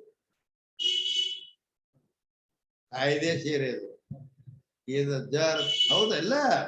ಆದ್ದರಿಂದ ಇಲ್ಲಿನು ಜ್ಞಾನ ಅಂತಂದರೆ ಜ್ಞಾನ ಅದಕ್ಕೆ ಎರಡೇ ಜಾಗ, ಪ್ರಮಾತೃವಿನ ಆಶ್ರಯದಲ್ಲೇ ಇರಬೇಕು, ಸಾಕ್ಷಿ ಆಶ್ರಯದಲ್ಲೇ ಇರಬೇಕು. ಆದ್ದರಿಂದ ಅಲ್ಲಿ ಹೊರಗ ಸಂಭವಿಸಂಗಿಲ್ಲ ಹಗ್ಗದಲ್ಲಿ. ಯಾಕಂದ್ರ ಈ ಎರಡು ಜಾಗ ಹೊರಗಿಲ್ಲ. ಪ್ರಮಾತ ಅಥವಾ ಸಾಕ್ಷಿ ಒಳಗಿದ್ದಾರೆ. ಆದ್ದರಿಂದ ಅಲ್ಲಿ ಸಂಭವಿಸಂಗಿಲ್ಲ ಅಂತ ಹೇಳಿದ್ದಾರೆ. तैसे सर्प और सर्प के ध्यान का अधिष्ठान अंतःकरण उपित साक्षी चेतन चेतन को माने तो ಅದರಂತೆ ಸರ್ಪ ಸರ್ಪ ಜ್ಞಾನಕ್ಕೆ ಅಧಿಷ್ಠಾನ ಅಂತಃಕರಣ ಉಪಿತ ಸಾಕ್ಷಿ ಚೇತನವನ್ನೇ ಒಪ್ಪಿದಾದ್ರೆ शरीर के अंतर अंतःकरण देश में सर्प की प्रतीति चाहिए. ಇದು ಶಂಕಾಕಾರ ಅದಾನ. ಶಂಕಾ ಅಮ್ಮಾಯನೇ ಬರೀ ಅಂತ ಹೇಳಿದ್ನಲ್ಲ, ಆ ಶಂಕಾಕಾರನ ಹೇಳಕತ್ತಾನ. ಈಗ ಹೊರಗನು ಸಂಭವಿಸಂಗಿಲ್ಲ, ಒಳಗನು ಸಂಭವಿಸಂಗಿಲ್ಲ. ಏನ್ ಮಾಡ್ತೀನಿ, ಉಭಯ ರಜ್ಜುಪಾಸನೆ ಅಂತಾರೆ. ಉಭಯ ರಜ್ಜುಪಾಸನೆ ಅಂದ್ರ ಕುತ್ತಿಗೆ ಹಗ್ಗ ಹಚ್ಚಿ ಈ ಕಡೆ ಆ ಕಡೆನು ಒಬ್ಬ ಹಿಂಗ ಹಾಕಿ ಅದಕ್ಕೆ ಗಂಟ ಹಾಕಿ ಆ ಕಡೆನು ಇದು ಮಾಡ್ಯಾನ, ಈ ಕಡೆ ಆ ಕಡೆ ಜಗ್ಗದ್ರು ಸಾಯ್ತಾನೆ, ಈ ಕಡೆ ಜಗ್ಗದ್ರು ಸಾಯ್ತಾನ. ಹಿಂಗ ಉಭಯ ರಜ್ಜುಪಾಸನೆ ಅಂತಾರ. ಹೀಗದ ಶಂಕ ಈ ರೀತಿ ಮಾಡ್ತಾನ. ಹೊರಗ ಹಗ್ಗದಲ್ಲಿ ಅಲ್ಲಿ ಅಲ್ಲಿ ರಜ್ಜು ಚೇತನದಲ್ಲಿನೂ ಸಂಭವಿಸಂಗಿಲ್ಲ ಜ್ಞಾನ. ಆಮೇಲೆ ಶರೀರಕ್ಕೆ ಅಂತರ ಅಂತಃಕರಣ ದೇಶ ಮೇ ಸರ್ಪ ಕಿ ಪ್ರತೀತಿ ಚೈಯೆ. ಅಂದ್ರೆ ಈಗ ನಾವು ಒಂದ್ ವೇಳೆ ಅಂತಃಕರಣದ ದೇಶದಲ್ಲಿ ಏನೈತಿ ಆ ಸರ್ಪದ ಪ್ರತೀತಿ ಚೈಯೆ ಅಂದ್ರ ಅಲ್ಲಿ ಈಗ ಜರ ಏನಂದ್ರ ಸರ್ಪದ ಜ್ಞಾನಕ್ಕೆ ಅಧಿಷ್ಠಾನ ಅಂತಃಕರಣ ಉಪಿತ ಚೇತನ ಆಗಲೇ ಹೇಳಿದೀವಿ. ರಜ್ಜು ಉಪಿತ ಚೇತನ ಅದು ಸಂಭವಿಸಂಗಿಲ್ಲ ಅಂತ ಹೇಳಿದೀವಿ, ಹೌದಾ. ಈಗ ಮತ್ತ ಈಗ ಏನಂತಾನ ಮತ್ತ ಹೊರಗ ಸಂಭವಿಸಂಗಿಲ್ಲ ಅಂತ ಹೇಳ. ಮತ್ತೇನು ಒಳಗ ಎಲ್ಲಿ ಸಂಭವಿಸ್ತೈತಿ ಅಂತ ನೀವು ಅನ್ಬೋದು. ಇಲ್ಲಿ ಒಳಗನು ಕೂಡ ಅಂತಃಕರಣ ಉಪಿತ ಸಾಕ್ಷಿ ಚೇತನ ಅಂತ ಒಪ್ಪಿದ್ದಾದ್ರೆ ಅವಾಗ ಏನಾಗ್ತದ ಆಪತ್ತಿ, ಶರೀರಕ್ಕೆ ಅಂತರ ಅಂತಃಕರಣ ದೇಶ ಮೇ ಸರ್ಪ ಕಿ ಪ್ರತೀತಿ. ಹಿಂಗಂದ್ರೆ ಏನ್ ಗೊತ್ತಾತ ನಿಮ್ಗೆ? ಅದಕ್ಕೆ ಹೇಳ್ತಾನಲ್ಲ, ಹೇಳವನು ದಿಕ್ಕ ತಪ್ತೈತೆ ಅಂತ ಹೇಳಿ. ಅಂದರೆ ಈಗ ಏನಂತಾನವ ಅಂದ್ರೆ ರಜ್ಜು ವಿಪರೀತ ಚೇತನ ಹೊರಗ ಹಗ್ಗ ಅಲ್ಲಿ ಹೊರಗೆ ಬಿದ್ದದಲ್ಲ, ಆ ಹಗ್ಗಕ್ಕೆ ರಜ್ಜು ವಿಪರೀತ ಚೇತನ ಐತೆ, ಅಲ್ಲಿ ಜ್ಞಾನ ಸಂಭವಿಸೋದಿಲ್ಲ ಅಂತ ಹೇಳ್ದ. ಬೇಡ, ಇನ್ನ ಒಳಗ ಇಲ್ಲಿ ಒಳಗಂದ್ರ ಅಂತಃಕರಣ ದೇಶದಲ್ಲಿ ಅಂದ್ರ ಒಳಗ ಅಂತಃಕರಣ ದೇಶದಲ್ಲಿ ಏನು ಅಂತಃಕರಣ ಉಪಿತ ಚೇತನ ಸಾಕ್ಷಿ ಅಂತ ಒಪ್ಪಿದ್ದಾರೆ. ಏನು ಅಧಿಷ್ಠಾನ ಅಂದ್ರೆ ಸರ್ಪ ಜ್ಞಾನಕ್ಕ ಅಧಿಷ್ಠಾನ ಅಂತಃಕರಣ ಉಪಿತ ಸಾಕ್ಷಿ ಚೇತನವೇ ಅಧಿಷ್ಠಾನ ಅಂತ ಒಪ್ಪಿದ್ದಾದರೆ ಏನ್ ಆಪತ್ತಿ ಬರ್ತದ ಅಂತ ಹೇಳ್ತಾನವ. ಏನ್ ಆಪತ್ತಿ ಬರ್ತದಪ್ಪ ಅಂದ್ರ ಆ ಸರ್ಪ ಅದು ಒಳಗ ತೋರ್ಬೇಕಾಗ್ತದೆ.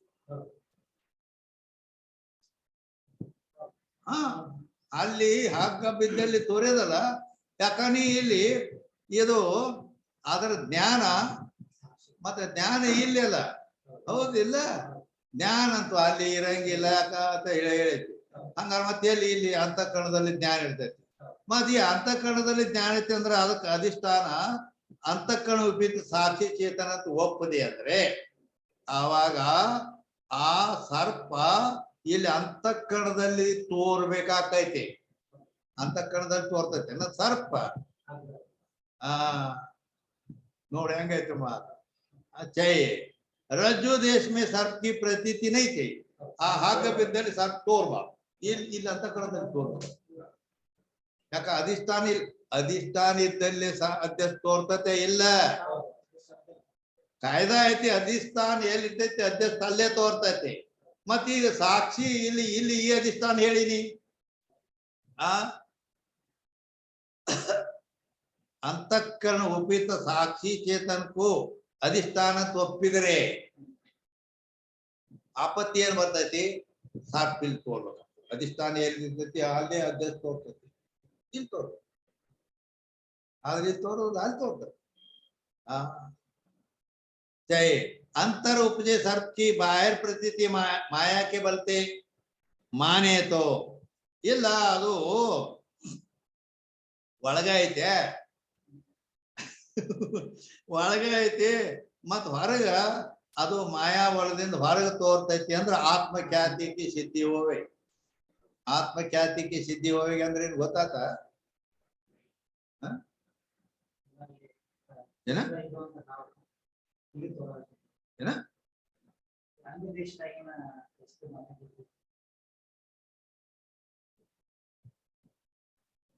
ನಾ ಕೇಳಿದ್ದೇನು ಜರ್ ಒಳಗಿದ್ದದ್ದು ಹೊರಗ ತೋರ್ತೈತಿ ಅಂತಂದ್ರ ಐತಿ ಒಳಗ ಅಂತಃಕರಣದಲ್ಲಿ ಹೊರಗ ತೋರ್ತೈತಿ ಅಂದ್ರ ಆತ್ಮಖ್ಯಾತಿ ಸಿದ್ಧಾಕತಿ ಅಂತ ಅವ್ರು ಹೇಳ್ಯಾರ. ಇದನ್ನ ಏನ್ ತಿಳ್ಕೊಳವ ನಾ ಕೇಳಿದ್ವಿ. ಯಾಕಂದ್ರೆ ನೀ ಶಾಸ್ತ್ರ ಹೇಳಾವದಿ ಜಿಗದೇಳಿ ಹೇಳಾವದಿ ಅದ್ರಾಗ ಮಾತ್ರ ಹೌದಿಲ್ಲ ಮತ್ತೆ ಅಂದರೆ ಆತ್ಮಖ್ಯಾತಿ ಅಂದ್ರ ಒಳಗೈತಿ ಆದ್ರ ಅದು ಮಾಯಾ ಬಲದಿಂದ ಹೊರಗೆ ತೋರ್ತೈತಿ ಅಂದ್ರ ಆತ್ಮಖ್ಯಾತಿ ಸಿದ್ಧಕತಿ ಅಂದ್ರೆ ಏನ್ ಗೊತ್ತಾ? ಅಂದರೆ ಬೌದ್ಧನ ಶಿಷ್ಯ ಯೋಗಾಚಾರ ಅಂತದ. ಬೌದ್ಧನ ಶಿಷ್ಯ ಯೋಗ ಅವ್ರ ಶಿಷ್ಯ ಬುದ್ಧನ ಶಿಷ್ಯನ 4 ಮಂದಿ ಶ್ರೋತಾಂತಿಕ ವೈಭಾಷಿಕ ಮಾಧ್ಯಮಿಕ ಯೋಗಾಚಾರ ಅಂತ 4 ಮಂದಿ ಅದಾರ. ಅವ್ರು 4 ಮಂದಿಗೆ 4 ದಿಕ್ಕಿನ ಬ್ಯಾರೇನ ಅವ್ರು ಆದಿಗಳು. ಅದರಾಗ ಯೋಗಾಚಾರ್ಯ ಏನದಾರಲ್ಲ ಅವ ಆತ್ಮಖ್ಯಾತಿ ಒಡಂಬಟ್ಟಿದ್ದಾನೆ. ಅದಕ್ಕೆ ಅವ ಹೇಳ್ತಾನೆ ಇದನ್ನ ಅದು ಬುದ್ಧಿಗೆ ಆತ್ಮ ಅಂದಾನವ. ಬುದ್ಧಿಗೆ ಆತ್ಮ ಅದಕ್ಕ ಬೌದ್ಧ ಬುದ್ಧಿಗೆ ಆತ್ಮ ಅಂದಾನು. ಆ ಬುದ್ಧಿ ಒಳಗೈತೆ ಆದ್ರ ಹೊರಗೆ ತೋರ್ತೈತಿ. ಅವನು ಬುದ್ಧಿ ಆಕಾರನ ಆತಾನ ಮತ್ತ ಅದು ಒಳಗೈತಿ ಅದು ಹೊರಗೆ ತೋರ್ತೈತಿ ಅಂದ್ರ ಆತ್ಮಖ್ಯಾತಿ ಸಿದ್ಧ ಆಕೈತಿ ಅಂತ ಈ ರೀತಿ ಅದ. ಗೊತ್ತಾತಿಲ್ಲ? ಹಿಂಗ ಅದಕ್ಕ ಈ ರೀತಿ ಅದಕ್ಕೆ ಮತ್ತೆ ನೀವು ಇದ ಆಯ್ತು ಐತಿ ಒಳಗ ಹೊರಗೆ ತೋರ್ತೈತಿ ಅಂತ ಮತ್ತೆ ಅವನ್ ಮಾತಾನ ಹೋಗ್ತದೆ ಅಂದ್ರ ಅದು ಅದು ಬೌದ್ಧ ಮತ ಸರಿ ಇಲ್ಲ ಅಂತ ಖಂಡನ್ ಹಿಂದೆ ಮಾಡ್ಕೊಂಡ ಬಂದ ಖ್ಯಾತಿ ಹೇಳುವಾಗ. ಮತ್ ನೀವ ಅದು ಸರಿ ಅಲ್ಲ ಅಂತ ಅಂದೀರಿ. ಅದಕ್ಕೆ ಹೇಳ್ತಾರೆ ಶಿಷ್ಯ ರಜ್ಜು ವಿಪಿಲ್ ಚೇತನ್ ಸರ್ಪಜ್ಞಾನ ಅಧಿಷ್ಠಾನ ಬನೆ. ಆದ್ರಿಂದ ರಜ್ಜು ವಿಪಿಲ್ ಚೇತನವೂ ಕೂಡ ಸರ್ಪಜ್ಞಾನ ಅಂದ್ರ ಅಂತಃಕರಣ ಉಪಿತ್ ಚೇತನ ಸಾಕ್ಷಿ ಅಧಿಷ್ಠಾನ ಹೇಳಿದ್ರು ಇದು ಆಗೋದು. ಏನ ರಜ್ಜು ವಿಪಿತ್ ಚೇತನ ಸರ್ಪಕ್ಕೆ ಅಧಿಷ್ಠಾನ ಹೇಳಿದ್ರು ಸಂಭವಿಸೋದಿಲ್ಲ. ಯಾಕೆ ಸಂಭವಿಸಂಗಿಲ್ಲ? ಏನೈತಿ ಬರಬರಿ ಕೇಳ. ರಜ್ಜು ವಿಪಿತ ಚೇತನ ಸರ್ಪಜ್ಞಾನಕ್ಕೆ ಅಧಿಷ್ಠಾನ ಸಂಭವಿಸಂಗಿಲ್ಲ ಅಂದ. ಯಾಕೆ ಸಂಭವಿಸಂಗಿಲ್ಲ ಅಂತ ಕೇಳಿದ್ರು? ಯಾಕಂದ್ರೆ ದಿಕ್ಕ ತಪ್ಪೈತಿ ಅಂದ್ಮೇಲೆ ಏನು ನಾ ಎಲ್ಲಿದ್ದಾನೆ ಏನೋ ದೊಡ್ಡ ಸಿಟಿ ಒಳಗೆ ಬೆಂಗಳೂರ ಬಾಂಬೆದಾಗ ಹೋಗಿ ಎಲ್ಲಿದ್ದಾನೆ ಯಾರಿಗ ಗೊತ್ತದ ಹಿಂಗ. ಈಗೀಗ ಶಾಸ್ತ್ರ ಹಿಂಗ ದಿಕ್ಕ ತಪ್ಪಿಸ್ತೈತೆ. ಯಾರು ಉಳ್ದವ್ರನ್ನಲ್ಲ ಶಾಸ್ತ್ರ ಹೇಳೋರ್ನ ದಿಕ್ಕ ತಪ್ಪಿಸ್ತೈತೆ. ಯಾಕಂದ್ರೆ ಈಗ ಸರ್ವಸಾಧಾರಣ ಈ ಆನ್ಲೈನ್ ಶಾಸ್ತ್ರ 90% ಶಾಸ್ತ್ರ ಹೇಳೋರ ಕೇಳ್ತಾರೆ, ಶಾಸ್ತ್ರ ಚೆನ್ನಾಗಿ ಬಲ್ಲವ್ರ ಕೇಳ್ತಾರೆ. 10% ಸುಮ್ಮ ಅವ್ರ ಇದ್ದವ್ರು ಇರ್ಬೇಕು. ಮತ್ತ ಈಗ ನಾನೇನೋ ಮಂದಿ ಹೇಳವ್ರದ ಆದ್ರೂ ಇದು ಗೊತ್ತಾ ಇಲ್ಲ. ಅಂದ್ರೆ ಏನು ಅಂದ್ರ ಈಗ ಏನಾಯ್ತು? ರಜ್ಜು ವಿಪಿತ ಚೇತನ ಸರ್ಪಜ್ಞಾನಕ್ಕ ಅಧಿಷ್ಠಾನ ಸಂಭವಿಸಂಗಿಲ್ಲ ಅಂತ ಹೇಳ್ದವ. ನಾ ಕೇಳ್ತೀನಿ ಯಾಕೆ ಸಂಭವಿಸಂಗಿಲ್ಲ ಅಂದ್ರ ಯಾರಿಗೂ ಅಂದರೆ ರಜ್ಜು ವಿಪಿತ ಚೇತನ ಸರ್ಪಜ್ಞಾನಕ್ಕ ಅಧಿಷ್ಠಾನ ಸಂಭವಿಸಂಗಿಲ್ಲ ಅಂದ್ರ ಯಾಕೆ ಸಂಭವಿಸಂಗಿಲ್ಲ ಅಂತ ಕೇಳಿದ್ರೆ ಅರ್ಥ ರಜ್ಜು ವಿಪಿತ ಚೇತನ ಅಂದ್ರೆ ಅಲ್ಲಿ ಹೊರಗೈತಿ. ಹೌದಾ? ಜ್ಞಾನ ಅಲ್ಲಿ ಹೊರಗಿರಂಗಿಲ್ಲ, ಅಂತಃಕರಣದಲ್ಲಿ ಇರ್ತೈತಿ. ಆದ್ದರಿಂದ ಪ್ರಮಾತ ಅಥವಾ ಸಾಕ್ಷಿಯನ್ನೇ ಆಶ್ರಯ ಮಾಡ್ಕೊಂಡು ಇರ್ತೈತಿ ಅಂತ ಹೇಳದೇವಿ. ಹೌದಿಲ್ಲ? ಅವರು ಇಲ್ಲಿ ಒಳಗದಾರ. ಆದ್ರಿಂದ ಅಲ್ಲಿ ಸಂಭವಿಸಂಗಿಲ್ಲ ಹೇಳಿವಿ. ಅದಕ್ಕೆ ಉತ್ತರ ಇದು ಹೆಂಗೆ ಇಷ್ಟೆಲ್ಲ ಗೊತ್ತಬೇಕಲ್ಲ. ಅಂತಃಕರಣ ವಿಪರೀತ ಚೇತನ ಸರ್ಪಕ ಅಧಿಷ್ಠಾನ ಬರೇನೆ.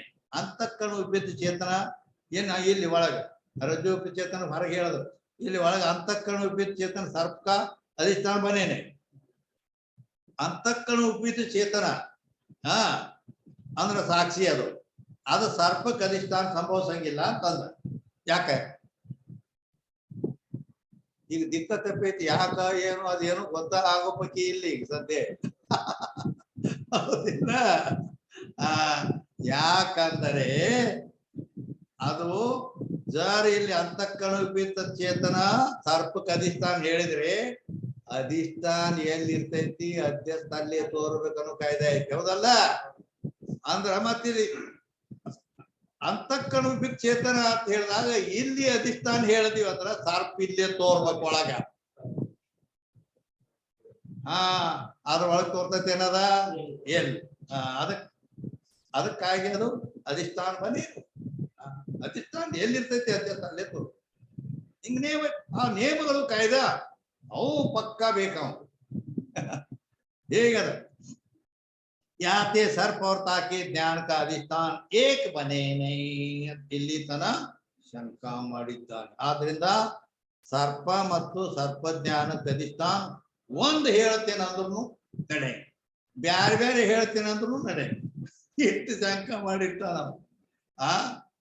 ಅದಕ್ಕಾಗಿ ಈಗ ಏನ್ ಮಾಡ್ಬೇಕು ಅಥವಾ ಏನೊಂದ್ ಜರ ಹೇಳಿದ್ರು. ಇರ್ಲಿ, ಈಗ ತಥಾಪಿ ಒಂದ್ ಅಂಕಿಗೆ ಬಂದ್ಬಿಡೋದು. ತಥಾಪಿ ಉತ್ತರ ಹೇಳ್ತಾರೆ. ಈಗಿಂದ ಇಡೋತನ ಶಂಕಾ ಮಾಡಿದವ ಹಿಂಗ ಎಲ್ಲಾ ತರದಿಂದನು ಅದಕ್ಕೆ ಉತ್ತರ ಹೇಳ್ತಾರೆ ಸಮಾಧಾನ. रज्जु के समीप प्राप्त जो अंतःकरण की इदमाकार वृत्ति तामे स्थित चेतन के आश्रित अविद्या सर्पाकार ज्ञानाकार परिणाम को प्राप्त हो. ಅಂದ್ರೆ ಏನಪ್ಪಾ, ಆ ಹಗ್ಗದ ಸಮೀಪದಲ್ಲಿ ಹಗ್ಗದೊಳಗೆ ಸಂಬಂಧವಾಗಲ್ಪಟ್ಟಂತ ಅಂತಃಕರಣ ವೃತ್ತಿ ಏನೈತಲ್ಲ, ಹಗ್ಗ ಈ ಅಂತಃಕರಣ ವೃತ್ತಿ ಹೋಗೈತಿ ಹಗ್ಗದ ಹತ್ತಿಲಿ, ಅವಾಗ ಇದಮಾಕಾರ ವೃತ್ತಿ ಆಗಿರ್ತೈತಿ. ಅಲ್ಲಿ ಹೋಗಿ ಮೊದಲ ಇದು ತಿಟ್ಟ ಆಗೈತಿ, ಗೊತ್ತಾಗ್ತದ. ಆ ಇದು ಗೊತ್ತಾಗೈತಿ. ಅವಾಗ ಇದಮಾಕಾರ ವೃತ್ತಿಯಲ್ಲಿ ಇದ್ದಂತ ಚೇತನವನ್ನು ಆಶ್ರಯ ಮಾಡ್ಕೊಂಡಿದ್ದಂತ ಅವಿದ್ಯ ಆ ಸರ್ಪಾಕಾರ ಜ್ಞಾನಾಕಾರ ಪರಿಣಾಮಕ್ಕೂ ಪ್ರಾಪ್ತವೇ. ಆ ಇದು ಏನಂದೇವಲ್ಲ ವೃತ್ತಿ, ಇದಮಾಕಾರ ವೃತ್ತಿ ಉಪಹಿತ ಚೇತನವನ್ನ ಆಶ್ರಯ ಮಾಡ್ಕೊಂಡಿದ್ದಂತ ಅವಿದ್ಯ, ಆ ಅವಿದ್ಯೆಯೇ ಏನೈತಲ್ಲ ಆ ಅವಿದ್ಯಾನೇ ಸರ್ಪಾಕಾರ ಸರ್ಪದ ಜ್ಞಾನಾಕಾರ ಪರಿಣಾಮವನ್ನು ಹೊಂದುತ್ತದೆ. ಸಮಾಧಾನ ಹೇಳಕತ್ತಾರೆ. ಅಂದ್ರ ಮೊದಲ ಇದಂ ರೂಪ ಸಾಮಾನ್ಯ ಜ್ಞಾನ ಕಥೆಯಲ್ಲಿ ಇದು ತಟ್ಟಾಗೆ ಏನ್ ಹಗ್ಗನೋ ಹಾವು ಯಾಟು ಈಗ ಗೊತ್ತಿಲ್ಲ, ಹೌದಿಲ್ಲ. ಆ ಇದಮಾಕಾರ ವೃತ್ತಿ ಅಧಿಷ್ಠಾನ ಚೇತನ ಸಾಕ್ಷಿ, ಆದ್ದರಿಂದ ಸಾಕ್ಷಿ ಹೊರಗೂ ಇದೆ ಹೇಳ್ತಾನೆ, ಹೌದಿಲ್ಲ. ಇದಮಾಕಾರ ವೃತ್ತಿ ರೂಪಿ ಚೇತನ ಸಾಕ್ಷಿ ಅಂತೇಳಿ. ಈಗ ಆ ವೃತ್ತಿ ಹೊರಗೆ ಹೋಗ್ಯದ ಹಗ್ಗದಲ್ಲಿ ಹೋಗಿ ಇದು ಅಂತ ಅಲ್ಲಿ ಆಗಿ ನಿಂತು ಬಿಟ್ಟದ, ಸಾಕ್ಷಿ ಅಲ್ಲೇ ಐತಿ. ಆದ್ದರಿಂದ ಅದು ಏನಾಕತಿ, ಆ ಸಾಕ್ಷಿಯನ್ನು ಆಶ್ರಯ ಮಾಡ್ಕೊಂಡಿದ್ದಂತ ಅವಿದ್ಯೆ ಅದು ಏನಾಯ್ತು, ಸರ್ಪಾಕಾರ ಜ್ಞಾನಾಕಾರ ಪರಿಣಾಮ ಆಯ್ತು. ವೃತ್ತಿ ಉಪೇತ ಚೇತನ ಮೇ ಸ್ಥಿತ ಅವಿದ್ಯಾಕ, ಆ ವೃತ್ತಿ ಉಪೇತ ಚೇತನವನ್ನ ಆಶ್ರಯ ಮಾಡ್ಕೊಂಡು ಅವಿದ್ಯ ಏನೈತಲ್ಲ, ಆ ಅವಿದ್ಯೆಯಲ್ಲಿ ಇದ್ದಂತ ತಮೋ ಗುಣಾಂಶ ಅದು ಸರ್ಪ ಉಪಾದಾನ ಕಾರಣ. ಇದಮಾಕಾರ ವೃತ್ತಿ ಉಪೇತ ಚೇತನವನ್ನ ಆಶ್ರಯ ಮಾಡ್ಕೊಂಡಂತ ಅವಿದ್ಯೆ, ಆ ಅವಿದ್ಯೆಯಲ್ಲಿ ಇದ್ದಂತ ಯಾಕ ಎಲ್ಲ ತ್ರಿಗುಣಾತ್ಮಕನ ಐತಿ ಜಗತ್ತೆಲ್ಲ, ಮಾಯಾಕಾರಿ ಐತಿ, ಮಾಯಾ ತ್ರಿಗುಣಾತ್ಮಕ ಐತಿ. ಆದ್ರೆ ಪ್ರತಿಯೊಂದು ವಸ್ತುವಿನ 3 ಗುಣ ಅದ. ಅದಕ್ಕ ಆ ಅವಿದ್ಯೆಯಲ್ಲಿ ಅದು 3 ಗುಣಗಳ, ಅದ್ರ ತಮೋ ಗುಣ ಅದೇನ್ ಮಾಡ್ತು, ಸರ್ಪಕ್ಕೆ ಉಪಾದಾನ ಕಾರಣ ಆಯ್ತದ ಅವಿದ್ಯ. ತಾಹಿ ಮೇ ಸ್ಥಿತ, ಅದೇ ಇದಮಾಕಾರ ವೃತ್ತಿ ವಿಪತ್ ಚೇತನವನ್ನು ಆಶ್ರಯ ಮಾಡಿಕೊಂಡು ಅವಿದ್ಯೆಯಲ್ಲಿ ಅಲ್ಲಿದ್ದಂತ ಸತ್ತು ಗುಣ ಅದು ಸರ್ಪಕ್ಕೆ ಜ್ಞಾನಾಕಾರ ಉಪಾದಾನ, ಜ್ಞಾನಕ್ಕೆ ಉಪಾದಾನ ಕಾರಣ. ಇದಮಾಕಾರ ವೃತ್ತಿ ಹೋಗಿ ಅಲ್ಲಿ ಇದ್ದಂತ ಅವಿದ್ಯ, ಅವಿದ್ಯೆಯಲ್ಲಿ ಇದ್ದಂತ ತಮೋ ಗುಣ ಸರ್ಪಕ್ಕೆ ಉಪಾದಾನ ಕಾರಣ. ಅದರಲ್ಲಿದ್ದ ಸತ್ತು ಗುಣ ಜ್ಞಾನಕ್ಕೆ ಉಪಾದಾನ ಕಾರಣ. ಬಹಳ ಸೂಕ್ಷ್ಮ ವಿಷಯ.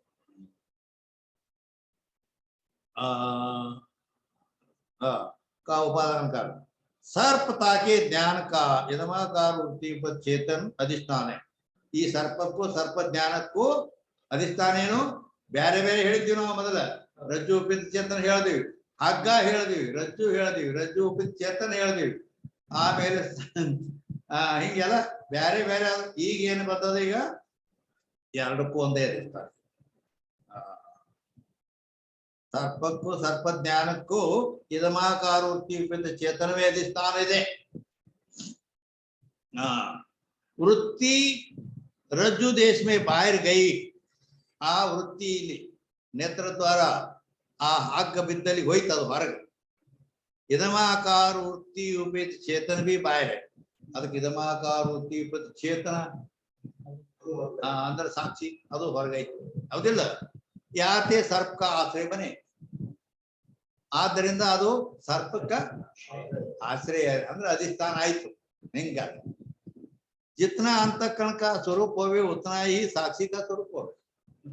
अंतःकरण ಎಷ್ಟೈತಿ ಅಷ್ಟ ಸಾಕ್ಷಿ ಸ್ವರೂಪ. ಅಂದ್ರೆ ನಿಮಗೆ ತಿಳಿಬೇಕಂದ್ರೆ ಘಟ ಎಷ್ಟೈತಿ ಅಷ್ಟ ಆಕಾಶ ಘಟಾಕಾಶ ಹಿಂಗ ಅಂತಃಕರಣ ಎಷ್ಟೈತಿ ಅಂತ ಸಾಕ್ಷಿ ಹಿಂಗ ಘಟಾಕಾಶದಂತೆ. ನಾ ದೃಷ್ಟಾಂತ ಕೊಡ್ತೇನೆ, ನಾವು ಹೌದಾ ಅನ್ಬೇಕಂತ ಇದ್ರಾಗ ಇಲ್ಲ ತಿಳಿತಾ. शरीर के अंतर स्थित जो अंतःकरण, शरीर के अंतर स्थित जो अंतःकरण सोई वृत्ति रूप परिणाम को प्राप्त हो. ಹಿಂಗಂದ್ರೆ ಏನಂದ್ರೆ ಈ ಶರೀರ ಅನ್ನೋದು ಒಂದು ಬ್ಯಾಟ್ರಿ ಅಂತ ತಿಳ್ಕೊ. ಬ್ಯಾಟ್ರಿ ಟಾರ್ಚ್ ಕತ್ತಾಗ ಹಿಡ್ಕೋತೀರಿಲ್ಲ, ಆ ಬ್ಯಾಟ್ರಿ ಅಂತ ತಿಳ್ಕೊ. ಆ ಬ್ಯಾಟ್ರಿ ಐತಿ, ಇದ್ರಾಗ ಅಂತಃಕರಣ ಅನ್ನೋದು ಶೆಲ್ ಐತಿ ಒಳಗೆ. ಬ್ಯಾಟ್ರಿ ಶೆಲ್ ಇರ್ತದಿಲ್ಲ. ಅಂತಃಕರಣ ಶರೀರ ಅನ್ನೋದ ಬ್ಯಾಟ್ರಿ, ಶರೀರದಾಗ ಅಂತಃಕರಣ ಐತಿ. ಅಂದ್ರ ಆ ಬ್ಯಾಟ್ರಿಯಾಗ ಶೆಲ್, ಅಂತಃಕರಣ ಅಂದ್ರೆ ಶೆಲ್ ಇದ್ದಾಗ. ಮತ್ತ ಆ ಬ್ಯಾಟ್ರಿ ಒಂದು ಬಲ್ಪ್ ಇರ್ತೈತಿ. ಹಂಗ ಇದು ನೇತ್ರ ಅನ್ನೋದು ಒಂದು ಬಲ್ಪ್ ಆಗ್ತದೆ. ಹೌದಿಲ್ಲ? ಈ ಪರಿಣಾಮ ಈ ಅಂತಃಕರಣ ಸೋಯಿ ವೃತ್ತಿ ರೂಪ ಪರಿಣಾಮ ಅಂದ್ರ ಅವ ಬಟನ್ ಒತ್ತಿದ ಕೂಡಲೇ ಆ ಶೆಲ್ ಏನಕತಿ ಪರಿಣಾಮ ಹೊಂದಿ ಪ್ರಕಾಶ ರೂಪದಿಂದ ಹೊರಗೆ ಹೋಗತಿ. ಹೌದಿಲ್ಲ?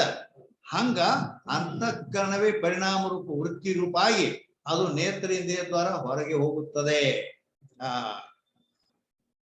ರೂಪ ಪರಿಣಾಮ को प्राप्त होवे. ಯಾತೆ ವೃತ್ತಿ ಉಪೇತ ಚೇತನ ಸಾಕ್ಷಿ. ಆದ್ದರಿಂದ ವೃತ್ತಿ ಉಪೇತ ಚೇತನವೇ ಸಾಕ್ಷಿ. ಯಾತೆ ಜ್ಞಾನಕ ಆಶ್ರಯ ಬನೆ. ಆದ್ದರಿಂದ ಮತ್ತ ಸಾಕ್ಷಿ ಜ್ಞಾನಕ ಆಶ್ರಯ ಐತಿ, ಸಂಭವಿಸ್ತೈತಿ. रज्जु का जब साक्षात्कार होवे तब हग्ग ज्ञान यावाग प्रत्यक्ष ज्ञान आकतो. हग्गद प्रत्यक्ष ज्ञान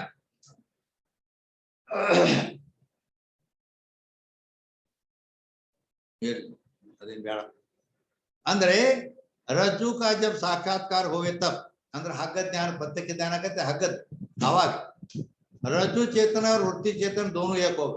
अवाग ಏನಕತಿ ಈ ಆ ರಜ್ಜು ಉಪೇತ ಚೇತನ ಈ ವೃತ್ತಿ ಉಪೇತ ಚೇತನ ಎರಡು ಒಂದಾಗಿರ್ತಾವ ಅಲ್ಲಿ.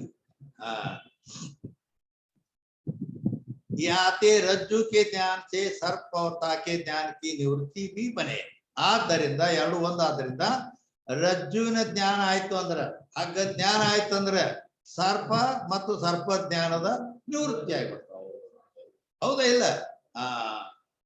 ಈ ರೀತಿ ಸರ್ಪ ಸರ್ಪ ಜ್ಞಾನಕ್ಕೆ ಒಂದೇ ಅಧಿಷ್ಠಾನ ಅಂತ ಈಗ ಹೇಳ್ಕೊಂಡ್ ಬಂದ್ರು.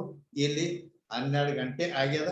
ಇಲ್ಲಿ ಒಂದು ಹೆಡ್ಡಿಂಗ್ 146ನೇ ಅಂಕಕ್ಕೆ ಬಂದಿದ್ದೇವೆ.